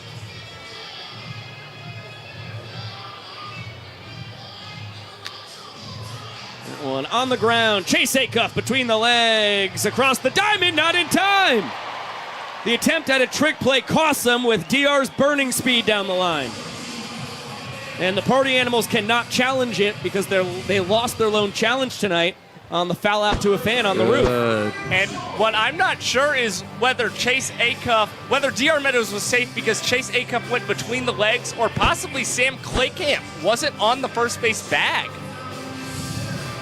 Got some good eyes on you, Josh. Upon further review, it looked like DR beat it. And now he shows off those wheels once again, his 21st steal in 27 tries.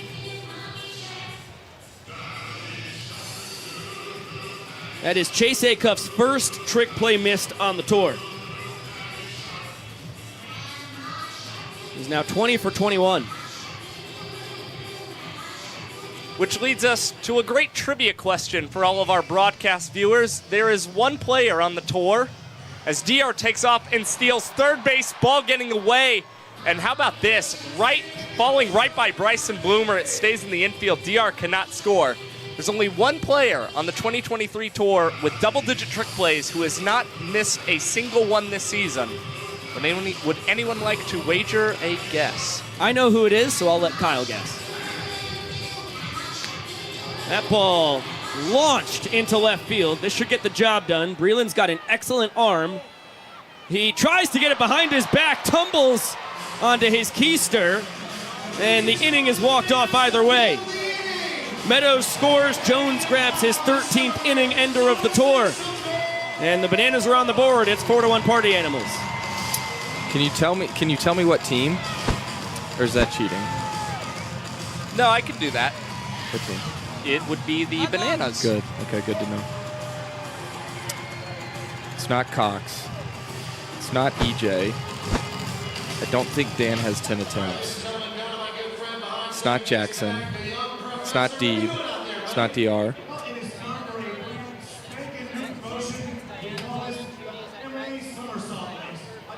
I've got 2 people in my head, and I don't want to be wrong. Oh, you only Their get first one guess. names both start with the same letter. You only get one guess, my friend. The 2 guesses that I have, both of their names start with the same letter. I'm going to say it one more time. You only get one. I'm not saying I'm going to take 2. I'm just trying to fill you in on where my headspace is.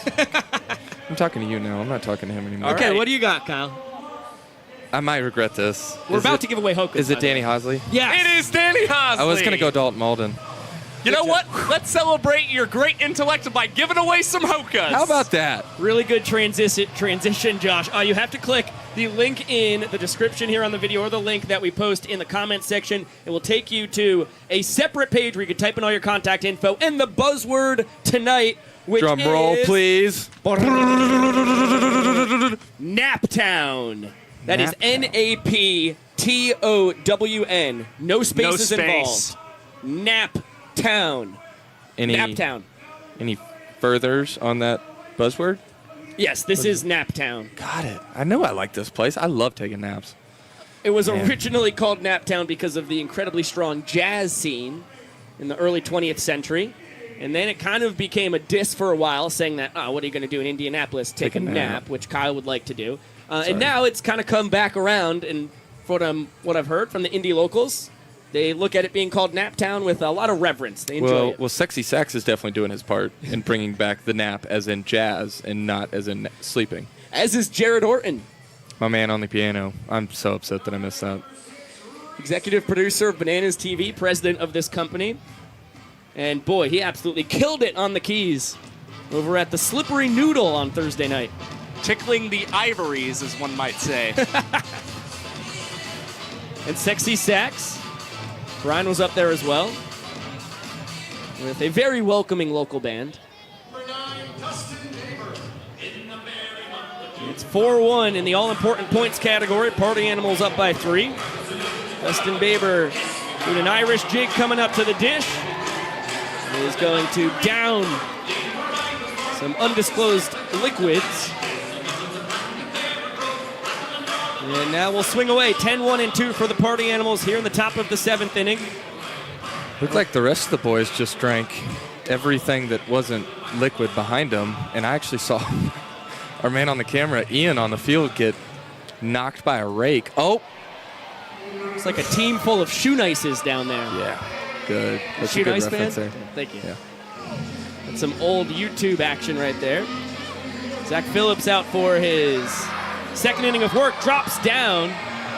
The sidearm pitch is popped into the stands and not caught by fans.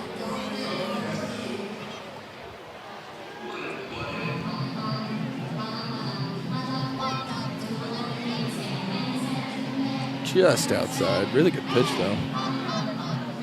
Baber 1 for 2 on the night, a single and a fly out. And that one bounces off the heel of Dalton Malden. Throw to first, not in time. That is a really rare sight there. The songbird of our generation has been onions on defense. Only his second error of the tour. Yeah, and we've continued to see him come in late game situations as a defensive replacement on that right side of the infield for the Bananas. That's just a tricky play, especially considering this is the first game the Bananas are getting in Indianapolis. Every infield is different. So Baber aboard. Reese Hampton turns around to swing it from the right side. And the former Tigers product takes the Royals man out to center. DR Meadows backflips and absolutely nails the landing while making the catch. What an unbelievable play. DR Meadows, another backflip, and the 200th trick play of the season for the Bananas comes from the doctor. That was his best one yet. Fact. That was incredible. I didn't think he was going to get there. I didn't think he beat the ball to the spot. Mystifying, electrifying, mind-boggling. Exhilarating. All of the above. Breathtaking. Couldn't agree more. Phenomenal. Stupendous. Smashing. Flabbergasful. Good stuff, everybody. Oh, Dalton Malden. Not his inning. Would have been tough to turn 2 on that. But you expected to get Baber at second at least. And all of a sudden, he's doubled his error, or tripled his error total on the year, just separated by 2 batters here. Phillips trying to help out his second baseman. Yeah, and I don't know if you saw it earlier with Baber on first. Phillips pulled out the old the Rice, the pitcher for the University of Rice, or what is it? Is it Rice University? I believe it is Rice University. Rice University. The lefty stepped off the mound and wiped some sweat off. Threw it to first while he was wiping the sweat off. Phillips tried it there. It didn't work, but I love to see it. Look at him getting loose on the mound. Yeah, I think he's going to be a mainstay out of that Bananas bullpen for the remainder of this tour. One fouled out of the stadium. We don't have a man on the roof over there? No, I think only directly behind home plate. We got to be shifting that guy. Payoff pitch coming to Bryson Bloomer, 0 for 2 on the night. He fouled out to the fan on the roof his last time. This one, tailor-made. Could be 2 between the legs, behind the back. Not in time. Ryan Cox does nail the trick play as there is a stirring in the largest crowd in Bananas history. They want a fan challenge, and it's going to happen. Oh, goodness, gravy.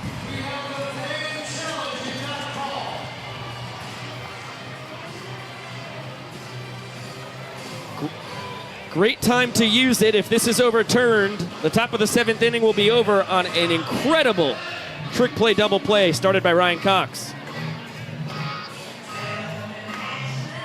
Zach Frangelo says, live he looked about as safe as could be. I tend to agree. Could not tell there.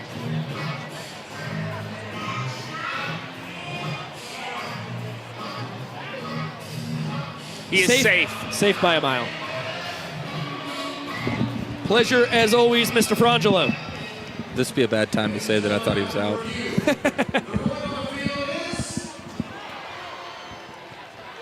Because the umpires are going to get together and celebrate. Correct call. Big belly bump between Vincent Chapman, Reggie Liggins, and Randy Voss. Nonetheless, I mean, insane feed from Cox there at short behind the back. Oh, goodness gracious. This is quite a moment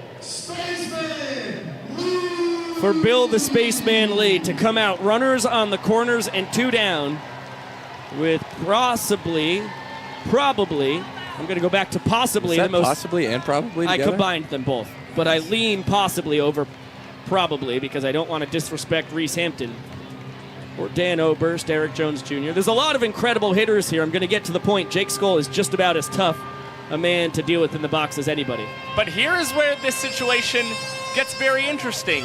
Bill Lee, a left-handed pitcher, and Jake Skoll, a left-handed batter. You'd like to think Bill with a little bit of a matchup advantage, and in their last 2 matchups, Bill has struck out Jake Skoll and gotten him to pop out. To a fan, correct? I don't believe so. I believe it was think to you second might be base. wrong, Mr. Telesky. I think it was down the third base line to a fan.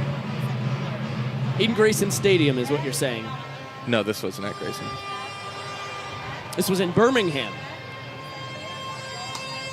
Oh, no. Uh-oh, Josh. This is mayhem in the booth. Uh-oh. I like the matchup personally. You know, me being included in this group, you know, Skoll's pretty much terrorized the Bananas pitchers as a whole thus far into the tour. So, you know, Bill knows how to get people out, and I like him here. Is that wrong? You could say it. Say it with your chest. Kyle, you were wrong. Say it. Say it. I'm just... Say Kyle, it. you were wrong. Thank you. Okay, that's fine. That's your job. You're very good at it. That's not my job as stats. I just don't want to put you down, man. It's okay. We're You here can't to put build me each down. other up. We're friends. That one popped towards the stands. And not caught by fans. I thought I just spoke that into existence. I was holding my breath. If I could whistle, I would have done it there. Justin Baber leads off third. Bryson Bloomer leads off first. Party Animals lead by 3 points here in the top of the 7th inning. Bill leads 1-1 to Jake Skoll. 2-1. He's got a little extra chutzpah on it tonight. The Red Sox Hall of Famer facing off against the man who... Oh, no. Oh, gosh. Bill Lee is down on the mound, and This is as scary a moment as we could possibly have. Francis is out to check on him. He's moving, and that's the best part here.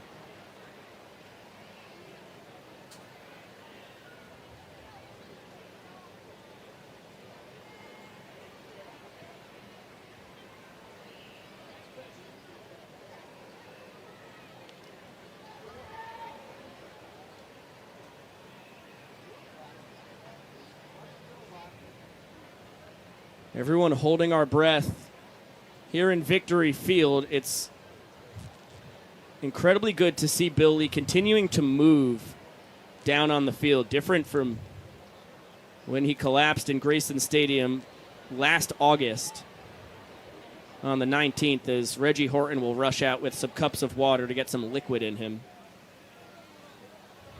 It was dehydration and energy drinks that caused the collapse in the bullpen in Savannah. That was truly terrifying. And, of course, this is as scary a moment as you can find. But Bill continues to move down there, and that is a very important difference compared to the last time that he went down on a mound. He's flexing his toes. He's moving his feet up in the air.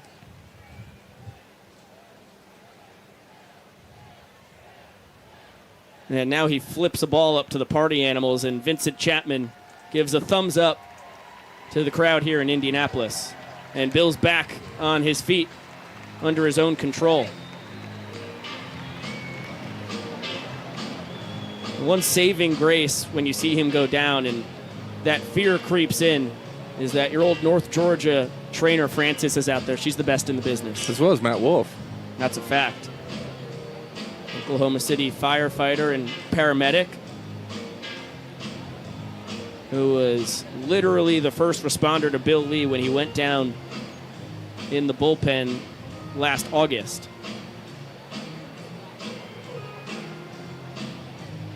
Smile on Dustin Baber's face out there, obviously from what Bill Lee's been saying.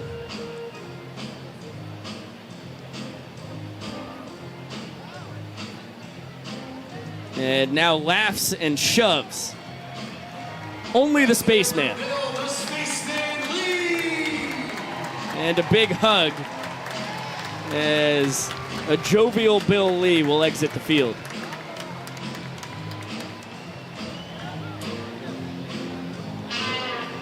Boy, deja vu, but this one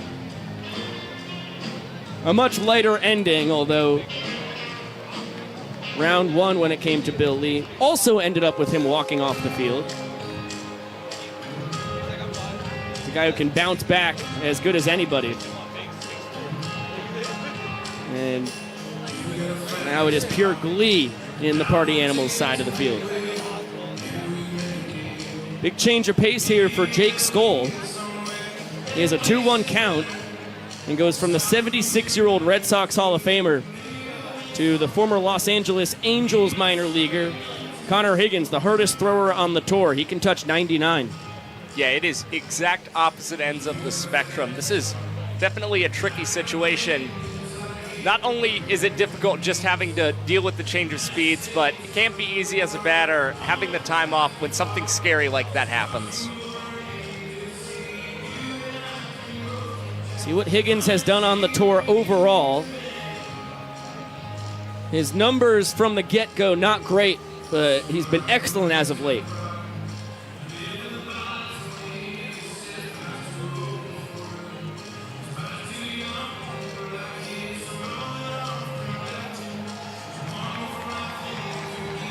Bill Lee now climbing up into the stands, parading through, getting high fives anywhere he can. He's going to go, of course, get medical assistance to make sure that there's nothing else going on, but he was parading up that thing with a really good pace to him. Yeah, he's really moving.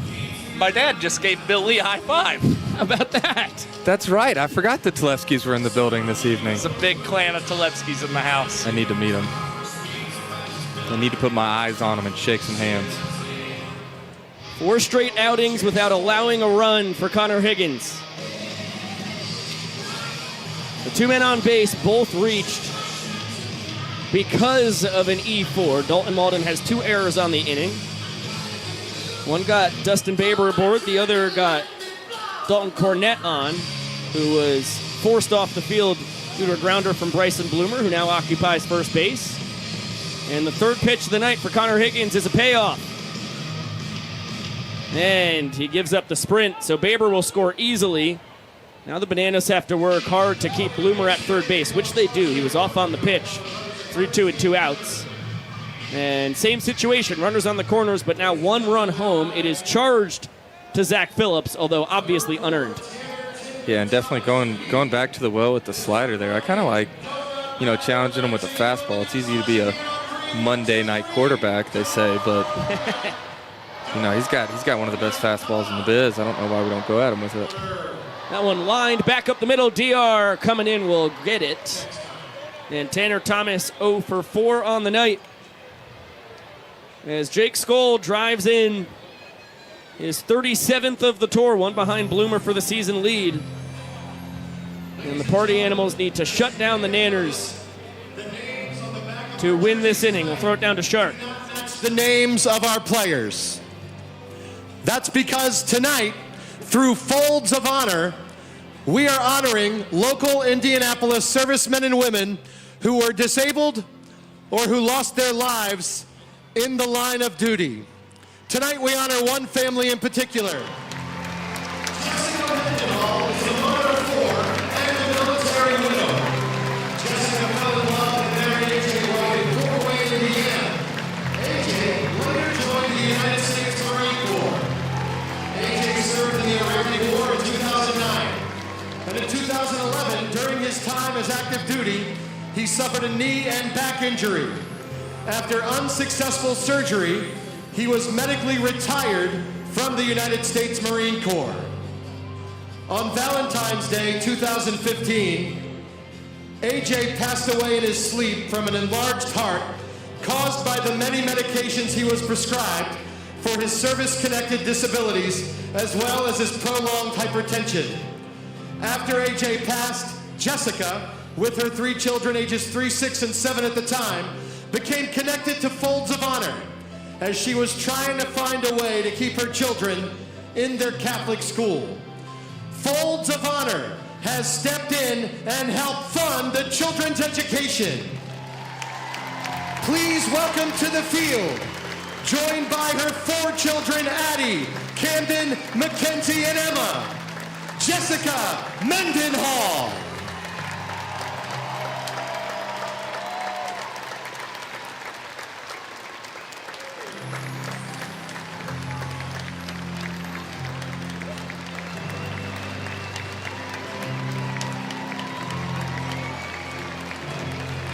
Incredibly powerful moment on home plate as both teams converge on the Mendenhall family. And up to the booth, shout out Broughton as well, the man that Cowboy Kyle Lewix has been representing tonight. Kyle, I cannot thank you enough for coming up and joining us on the broadcast, as per usual, buddy. Yeah, thank you guys for having me. I'm excited to kick things off at our first 12 p.m. start. Tomorrow as well, I'll be on the mound. I'm super excited to pitch in front of all these great people from Indiana and Naptown. I will not be napping on the mound. I will be doing nothing short of shoving to start the month of July. That's what I was about to say to you. Best of luck, Kyle. It doesn't matter if it's in June, July, August. Make up whatever month you want to call it. I'm going to get it done, and it's all for you, Josh. Luigs is hot. Luigs is very hot, and as hot as he is, we're going to have to bring in a closer for Mr. Cowboy Kyle. Somebody is behind the void here. Yeah! Let's go! How you guys doing?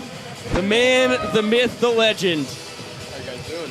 The pride of Butler, Pennsylvania, Yes, Mr. sir. Alex Eagle. Good to Thank see you you so guys. much. Thank you for having me. Great to see Thank you, you for Ziggy. having me. Good to see you guys. Ziggy, great work out there tonight. Your value was proven once again as per how horrible all of your teammates were at trick plays behind you. Thank you, man. I appreciate that. Even they brought the ladder out, too, which was hilarious. So hoping someone's going to try to balance that. Well, it's going to be 3, 4, and 5 for your boys here in the bottom of the 7th. Nanners need 1 run to tie the inning, 2 to win it. Brett Helton is out for his 7th inning of work before his only other start of the tour, which was last Friday. He had never gone more than 3 innings. He went 4 2/3 a week ago. All of a sudden, now he's venturing into the 7th. Yeah, and you continue to see the party animal stretch Brett Helton out longer and longer into this game as he's on the verge of getting 2 pitches on 2 outs as Breland goes between the legs and makes another trick play for the party animals. The Stylin' Hawaiian is absolutely insane out there. He is on an incredible pace on this tour. He's getting too good at that. It's pretty mind-boggling, Yeah. huh? It's amazing. It's been fun to see his evolution over the past 2 years. Of course, the two of you joined Bananaland at the same time on the 2022 tour. And as you have continued to excel both with the bat tricks and the bat when it comes to dealing damage, Appreciate it. he entertains in all new ways. He does. He is a great entertainer. Go to McFadden with a 1-1 count on him. 1 for 2 on the night, a single his last time. Ahead 2-1. Fans, I have a really serious, important question to ask everybody here. And it's down to the final strike here in the 7th inning. Already trailing by 3 points. Elton looking to close out a gem. It's fouled back towards the fans. Oh, not caught for an out. It was How right about up that into guy catching that ball up here? Isn't that That was amazing. That was phenomenal. It was mind-boggling. Another 2-2 with 2 down, and that one is lifted to center. Can of corn for Reese Hampton, who eyes it up and will do, Oh, my. how about that, a cartwheel into a backflip to finish up another very quick inning for Brett Helton. 2 minutes and 3 seconds for Brett Helton. Had it not been for that long 6-pitch AB with Dakota McFadden, we were looking at a new possible record, but still, 2 minutes and 3 seconds, just on par with Brett Helton's performances this year. Take another look at Hampton eyeing up the ball and then entertaining after making the snag. We'll go back up into the broadcast booth. Josh Talevsky, well, actually, no. Welcome nowhere. Now, welcome up to the broadcast booth. Josh Talevsky, Alex Ziegler, Pico Scala, Ziggy, in your second campaign now with the Nanners. How insane has this campaign been? I'm having a blast. I'm having a blast. Time of my life, honestly. Especially looking at how many people are here. This is amazing. Warms my heart, man. I get goosebumps nonstop about this. Ziggy, a machinist by trade. Yes, sir. Great college baseball player, but then you were out of the game for a while due to injuries. All of a sudden, bat tricking is your way into Bananaland. Can you tell the people how that all happened? Yes, so I first started doing bat tricks when I was 15 years old because I saw a video of this guy doing it. And, ever since then, I kind of added on to it. And, I did it all through college and high school baseball and everything like that. And then I started to do it on Vine when Vine was out. I made one video on there, got 30 million views, and I never really posted again. And once TikTok came out, I was like, you know what, I got to get back into the social media. So I started posting it again on there, and it just blew up everywhere. One of my videos alone has 500 million worldwide views, which is crazy because it was reposted by Shaq, Justin Bieber, Rihanna, Ryan Reynolds. All these people just posted. It was awesome. Bringing a tear to my eye. I'm so impressed. That is unbelievable. Ziggy, the question I have for you hearing all of that is, throughout your life, how many hours have you poured into just practicing bat tricks? How many hours? Probably over 10,000 hours, I would guess. Probably. A lot of broken fingers. Are you serious? Oh, yeah, I bust up my fingers all the time. This knuckle right here is broken. It still happens. Well, Malcolm Gladwell would say you have put in the work to be an expert at your trade, man. I appreciate it so much. Connor Higgins came out for the final out of the 7th. He returns for a full frame here in the top of the 8th.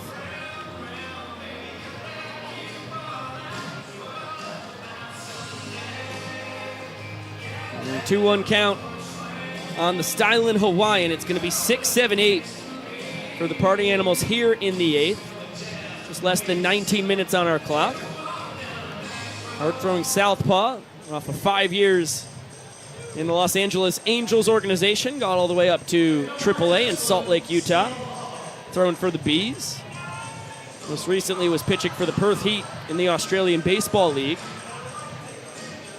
Sets its sights on Breland, who is now 0 for 4 on the night as he lines out to Dalton Malden. Ziggy, I don't know if you know, but your father, Bruce, is one of the most legendary Bananas TV viewers of all time. Absolutely. I don't think he's ever missed a game. And I'm super excited because they're coming to the games in Akron. Very excited to see them.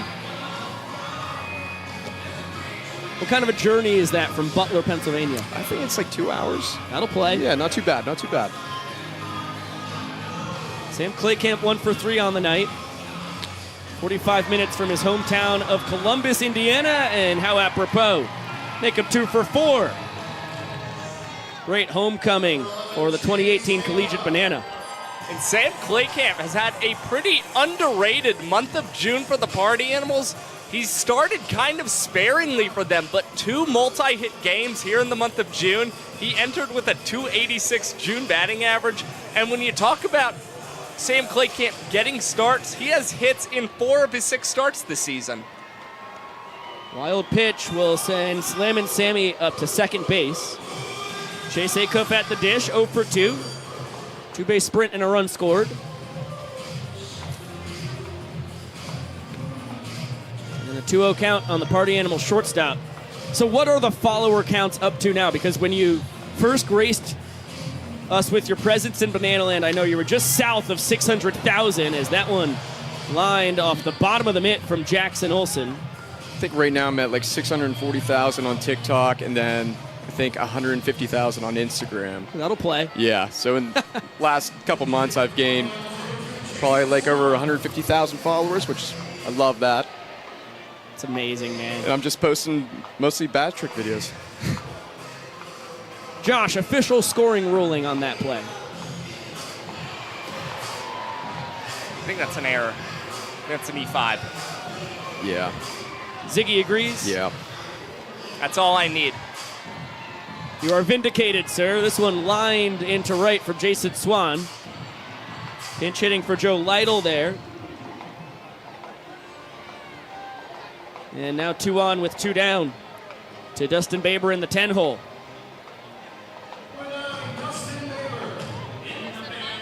Babe's 1 for 3 on the night. Has singled, flown out and reached on an error. Scored both times he reached.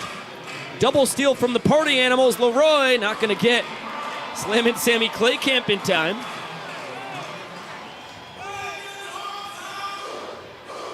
You don't see that every day, but it's also not the most rare of sights in Banana Land. Sammy now 3 for 3 on the tour in his stolen base tries. And when you're up 4 points in a ball game and looking for a couple more, not surprising that even with 2 outs, you try a double steal. That's just a classic Party Animals move. Baber not able to hold up on the slider. 1-2 coming from Higgins. That one lined deep to right. Hosley is there. And Connor able to escape the jam. What was crazy, on my way up here, this guy flagged me down. He said, "You want to meet the governor?" I said, "Absolutely." So I was just hanging out with the governor for like 10 minutes. That's unbelievable. Only in Banana Land, Ziggy. Maybe even more unbelievable than that is that you have emotes in Fortnite. Yes. Yep.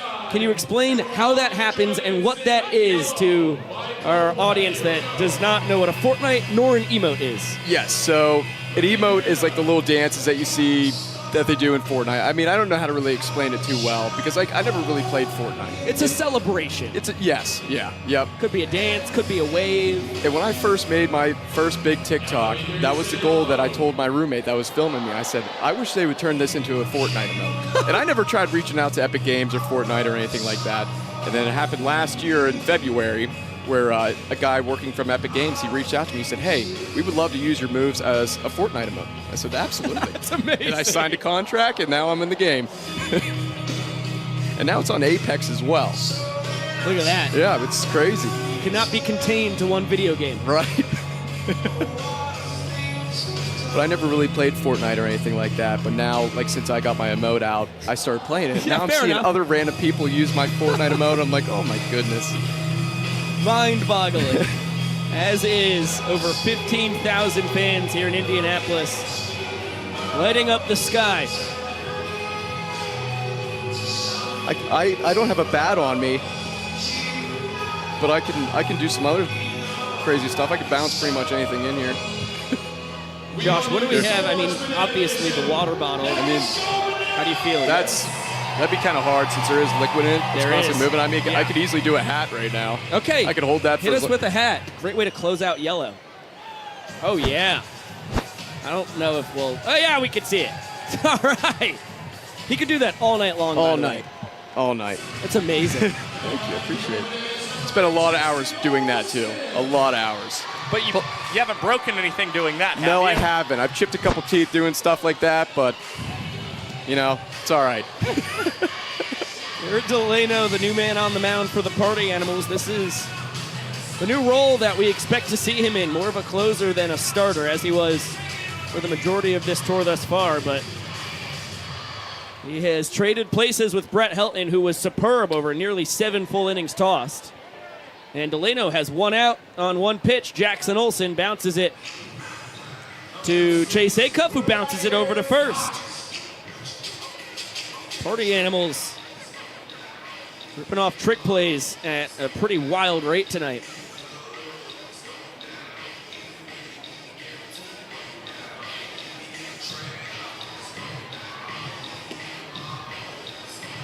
Do you know how many pitches Brett had?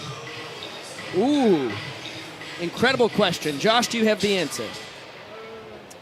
Give me 1 minute, Ziggy. Sure. You can time me if you want, but give me 1 minute.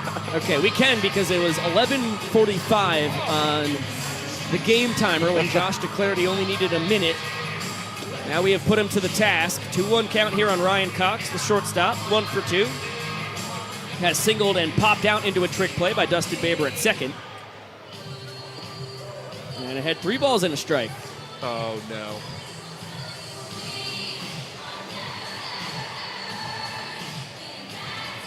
Delano sends that one right down Broadway.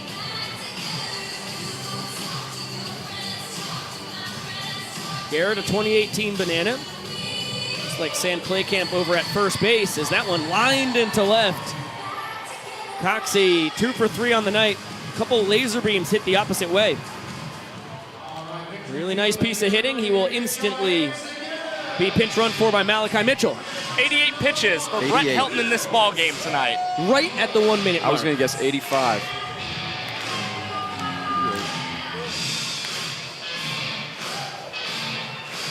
He goes 6 1/3 innings in total because the Bananas walked off the 6th inning when there was only 1 out.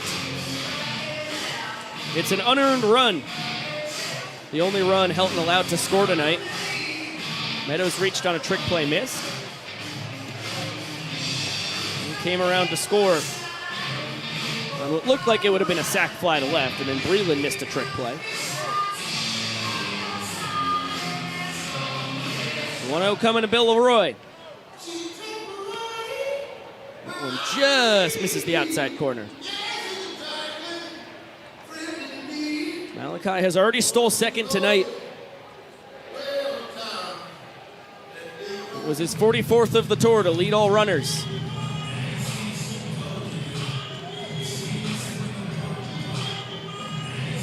Leroy and Delano were teammates in the summer of 2018 in Banana Land. It was both their debuts.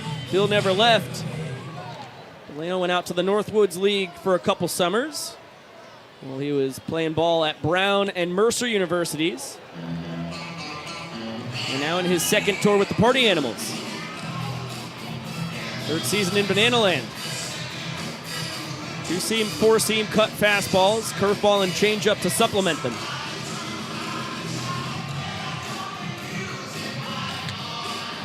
Big lumber by Bill out into right center, but Jake Skoll trots over and puts it away for out number 2. It's going to be up to Danny Hosley to try and notch the Bananas' second point of the game. Less than 9 minutes to play. Whether this inning ends in a walk-off or the Party Animals keeping it locked scoreless. Every run will count in the 9th. That one out to right center. Malachi's already rounding third base. He's headed home. Yes. Danny Hosley does the job. Walk-off double to win the 8th inning. Great piece of hitting there. It's 5 points to 2. And how about this celebration? Ladies and gentlemen, the Bananas have taken the checkered flag. The Bananas have taken the checkered flag. 1, 2, 3. Will now get the distinct honor of kissing the bricks of Victory Field. Here comes the milk. All right. In homage to the Indy 500 just down the road. And it is a milk party at home plate. Milk. That's my kind of fiesta. That's great. Here comes the young professor. Ladies and gentlemen, you hear the sound of the bells, which means it's time to cast our gaze upon the scoreboard. With 1 in the last inning for the Bananas, the score is now 5-2 in favor of the Party Animals as we head into the 9th inning. But here's the thing about the game of banana ball. In the final inning, every run counts for a point. That means the Bananas have a chance now to stop the Party Animals, score some runs, and win this thing. Anything can happen in the final inning. Ladies and gentlemen, let's get loud and welcome to the final inning. Alex Ziggy Ziegler, I cannot tell you how much we appreciate you coming up. I got to let you get back down there to celebrate with the boys with what is hopefully a raucous comeback. Yes, I hope so. Well, thank you guys so much for having me up here. It's an honor. You're a rock star, man. Thank you, man. Ziggy, it was a real thrill, man. Thank you guys. Thank you guys so much. There goes Ziggy. Headed back down to try and spark some 9th inning heroics from his teammates. The bat-tricking maestro exits stage left, just as Cowboy Kyle Lewigs, one of our previous guests tonight, starts unbuttoning his jersey on top of the first base dugout.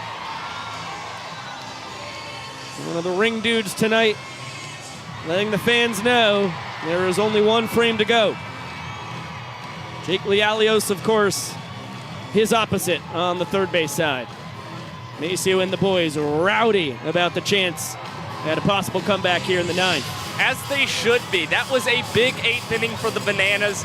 You're down 5 points to 1, now 5 points to 2, and just being able to chip away a little bit, and you only have to score 3 runs in the 9th to knock the game, possibly send it to a showdown tiebreaker. That's a huge difference than being down 4, I'll tell you that. How about the pieces of hitting there for the Nanners, too? Ryan Cox with the opposite field line drive single, and then Danny Hosley with the gapper to right center to notch his 17th walk-off of the tour, ties Dakota McFadden for the season high. You just talk about people who have been clutch all season. Dakota McFadden and Danny Hosley come to mind for the Bananas. Tough spot here for Matt Malatesta. Any runs that the Party Animals score will count as points and extend what's already a 3-point lead. It's the top of the order. Reese Hampton, Dalton Cornett, Bryson Bloomer. Hampton turns back around to the left side. 1 for 3 on the night with a solo home run. One base sprint in which he drove in another run. And he has scored twice. And just seeing Malatesta get ahead in this count, 1 and 2, is massive as Reese Hampton's gonna send one out to left center, and D.R. Meadows makes a phenomenal catch to start the 9th. The doctor looks like he's wearing moon shoes. Took off with an insane leap. It comes tumbling down with the ball in his mitt. I mean, nearly does a natural cartwheel to make that catch. What an unbelievable play. Now the real tricky question here, Josh, is that a diving catch or is that a trick play? That is a regular diving catch in my scorebook. With a little flair on it. So slap a star in your scorebook at home next to that F8. Dalton Cornett breaks his offer. He's now 1 for 5 on the night. And Bryson Bloomer coming out with some help from his fellas. Sip of the juice. Grabs his bat out of midair. And the boys are breaking it down on the dish.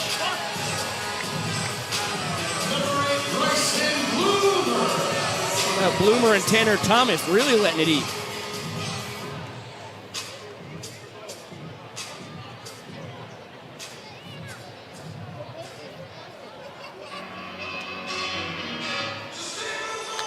That ball is mashed way out to left, and it's warning track power. Bryson Bloomer looked like he may have been peppering the left field wall, and it never even made it to the track. Bryson Bloomer had a lot of confidence with that swing, and from up here in the booth, it looked like it was going to travel a long ways out of Victory Field, but that ball just kind of got stuck up there in the air and nestled right there in the glove of Michael Deeb. Thought that thing was clanging off the JW Marriott. Instead, it's out number 2, and Jake Skoll sends that one foul down the left field line. Not caught by fans. And for Bryson Bloomer, that unfortunately is probably going to bring an end to the possibility of him recording a home run in June. That now makes it 2 straight months where Bloomer has been unable to record a home run. He hasn't had one since April. And he had 4 long balls between the start of the tour and the end of April. Tied for 6th overall with those 4 long balls. Another one into the stands, and another one not caught by fans. They have made 2 outs already, both of them against the Party Animals. It's actually the 2 men that Skoll is sandwiched in between. Bloomer and the on-deck batter, Tanner Thomas. Both victims of the largest crowd in Banana Ball history here. That ball scorched into right field. Cornett's going to go first to third as Hosley sends it into second base. And Jake Skoll, 3 for 4 on the night. He's got a sprint, a run batted in, 1 scored. Another amazing evening at the ballpark for Jake Skoll. I'm starting to scare myself with some predictions here. It's about time we get into a little retelling of our travel adventure to Indianapolis.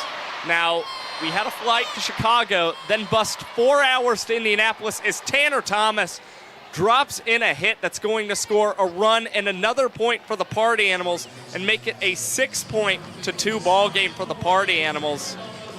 Now, how about this? Jake Skoll, the only player on our travel excursion.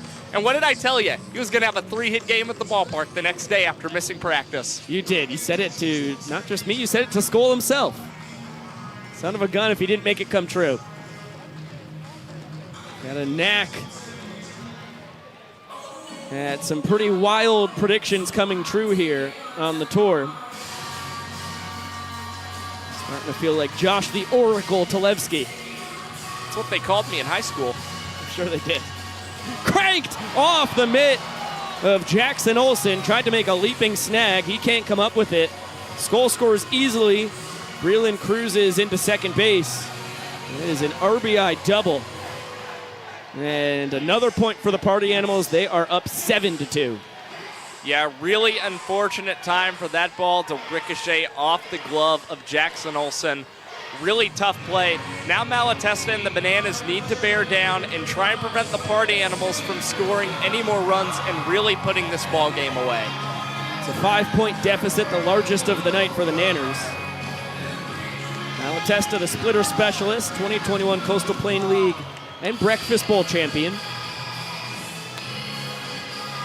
It's Sam Claycamp to sky that one in the infield, right on the mound. Malatesta called off by Eric Jones Jr. And that's that. Here's the young professor. The Animals tack on 2 more runs, making it 7-2. But it ain't over till it's over. 5 runs from the Bananas here will tie it up and send it to showdowns. 6 runs wins the whole thing. You never know what can happen in Banana Ball. Ladies and gentlemen, get ready because this is it!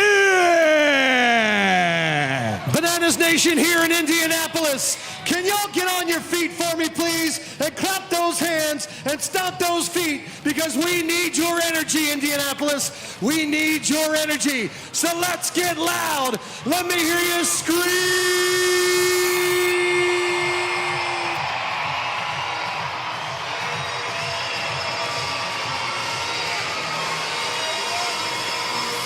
Victory Field is shaking.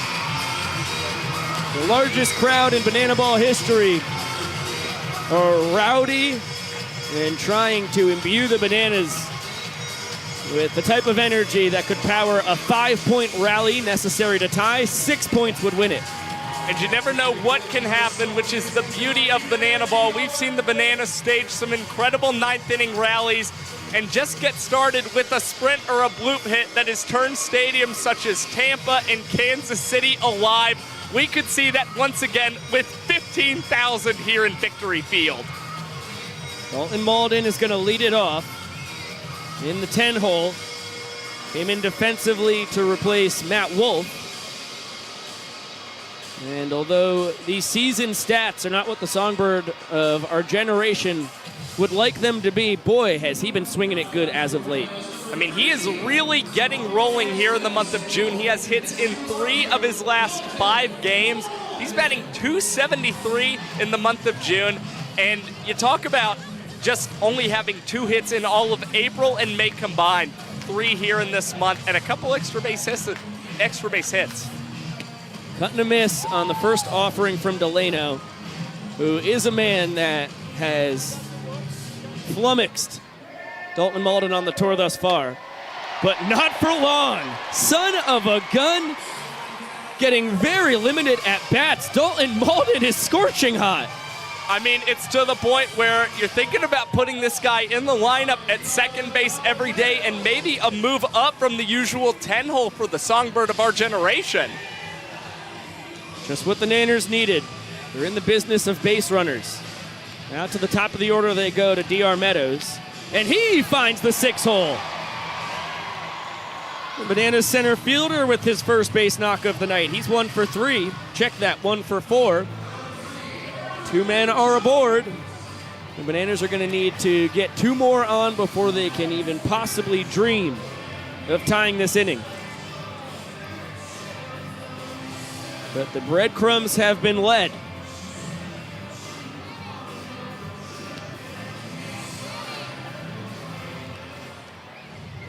I believe the breadcrumbs have been left.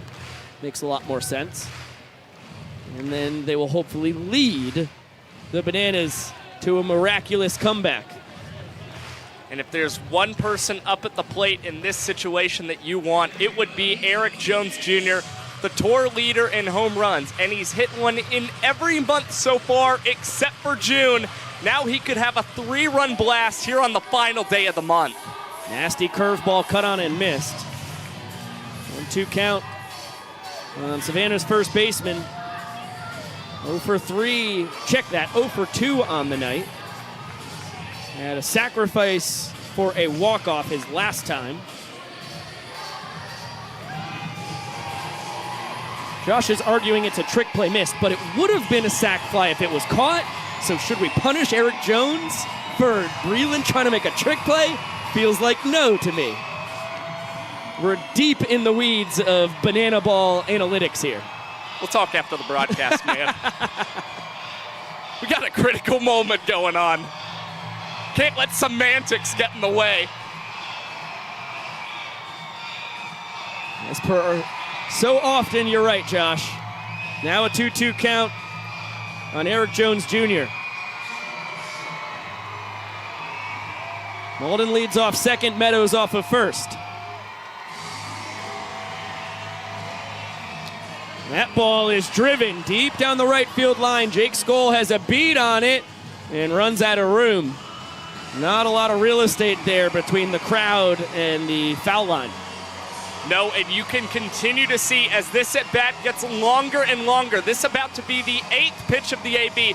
The crowd here in Victory Field continues to get on its feet more and more and get louder. Delano looking for a strikeout or a ground ball. Possibly could turn 2 for the Party Animals. And he gets the K. Looked like a beautiful righty-on-righty changeup. Nasty offering to Eric Jones Jr. as he goes down swinging. Yeah, great execution there from Garrett Delano. Had Eric Jones out in front. Looked like he was sitting fastball and unfortunately comes up empty. Now 1 out for the Bananas barrel specialist, Michael Deeb, who, again, has been their hottest bat here in the month of June. He gets a changeup. Nearly swings out of his shoes. 0 for 3 on the night. Here's the Nanners left fielder.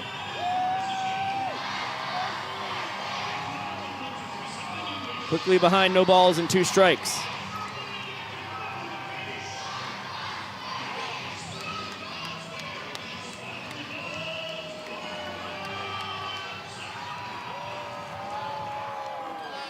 (0-2) from Delano. Bounced! Fouled out the third baseline. Banana ball as it's forefather baseball, a game of inches. Just when you thought that ball was going to be a surefire fair ball, it just slowly creeps foul right before reaching the third base bag. An unfortunate situation for Michael Deeb as he bounces this to Clay Camp, and he will take it to the first bag unassisted. Now 2 outs, 2 men in scoring position, and Dan Oberst coming up to try and extend this game for the Bananas. As powerful a man as the 6-year, check that, 5-year Banana is, the Bananas just need him to pass the baton. They still need to get 2 more guys aboard before they can think about tying this game. The cleanup hitter is 1 for 3. And that's a wild pitch. Malden's going to score easily from third as Meadows follows him over. Now he's 90 feet from scoring. It's a 7-3 ball game.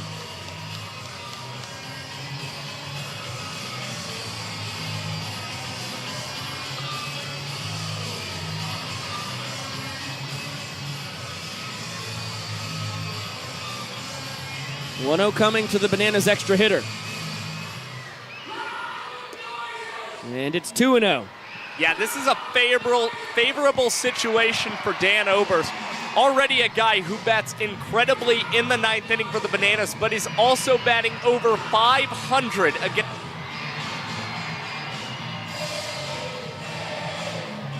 Foul ball as Josh steps on his headset, pulls the cord right out of it, something I've done dozens of times in my young broadcasting career. And he's back and better than ever. Thank you. That's an all-timer. Happens to the best of us. Our video legend, Chris Sachi. Broadcast blunder. Please mark that. Very happy every time one of those happens and it's not Biko's blunder. You don't have to, Sachi. Bananas down to their final strike tonight. I Will Survive plays here in Victory Field. But the Bananas will not. That one bounced to second. Trick play from Dustin Baber between the legs. He bounces it to first. A dominating 7-3 win for the Bad Boys of Banana Ball as they take night 1 here in Indianapolis.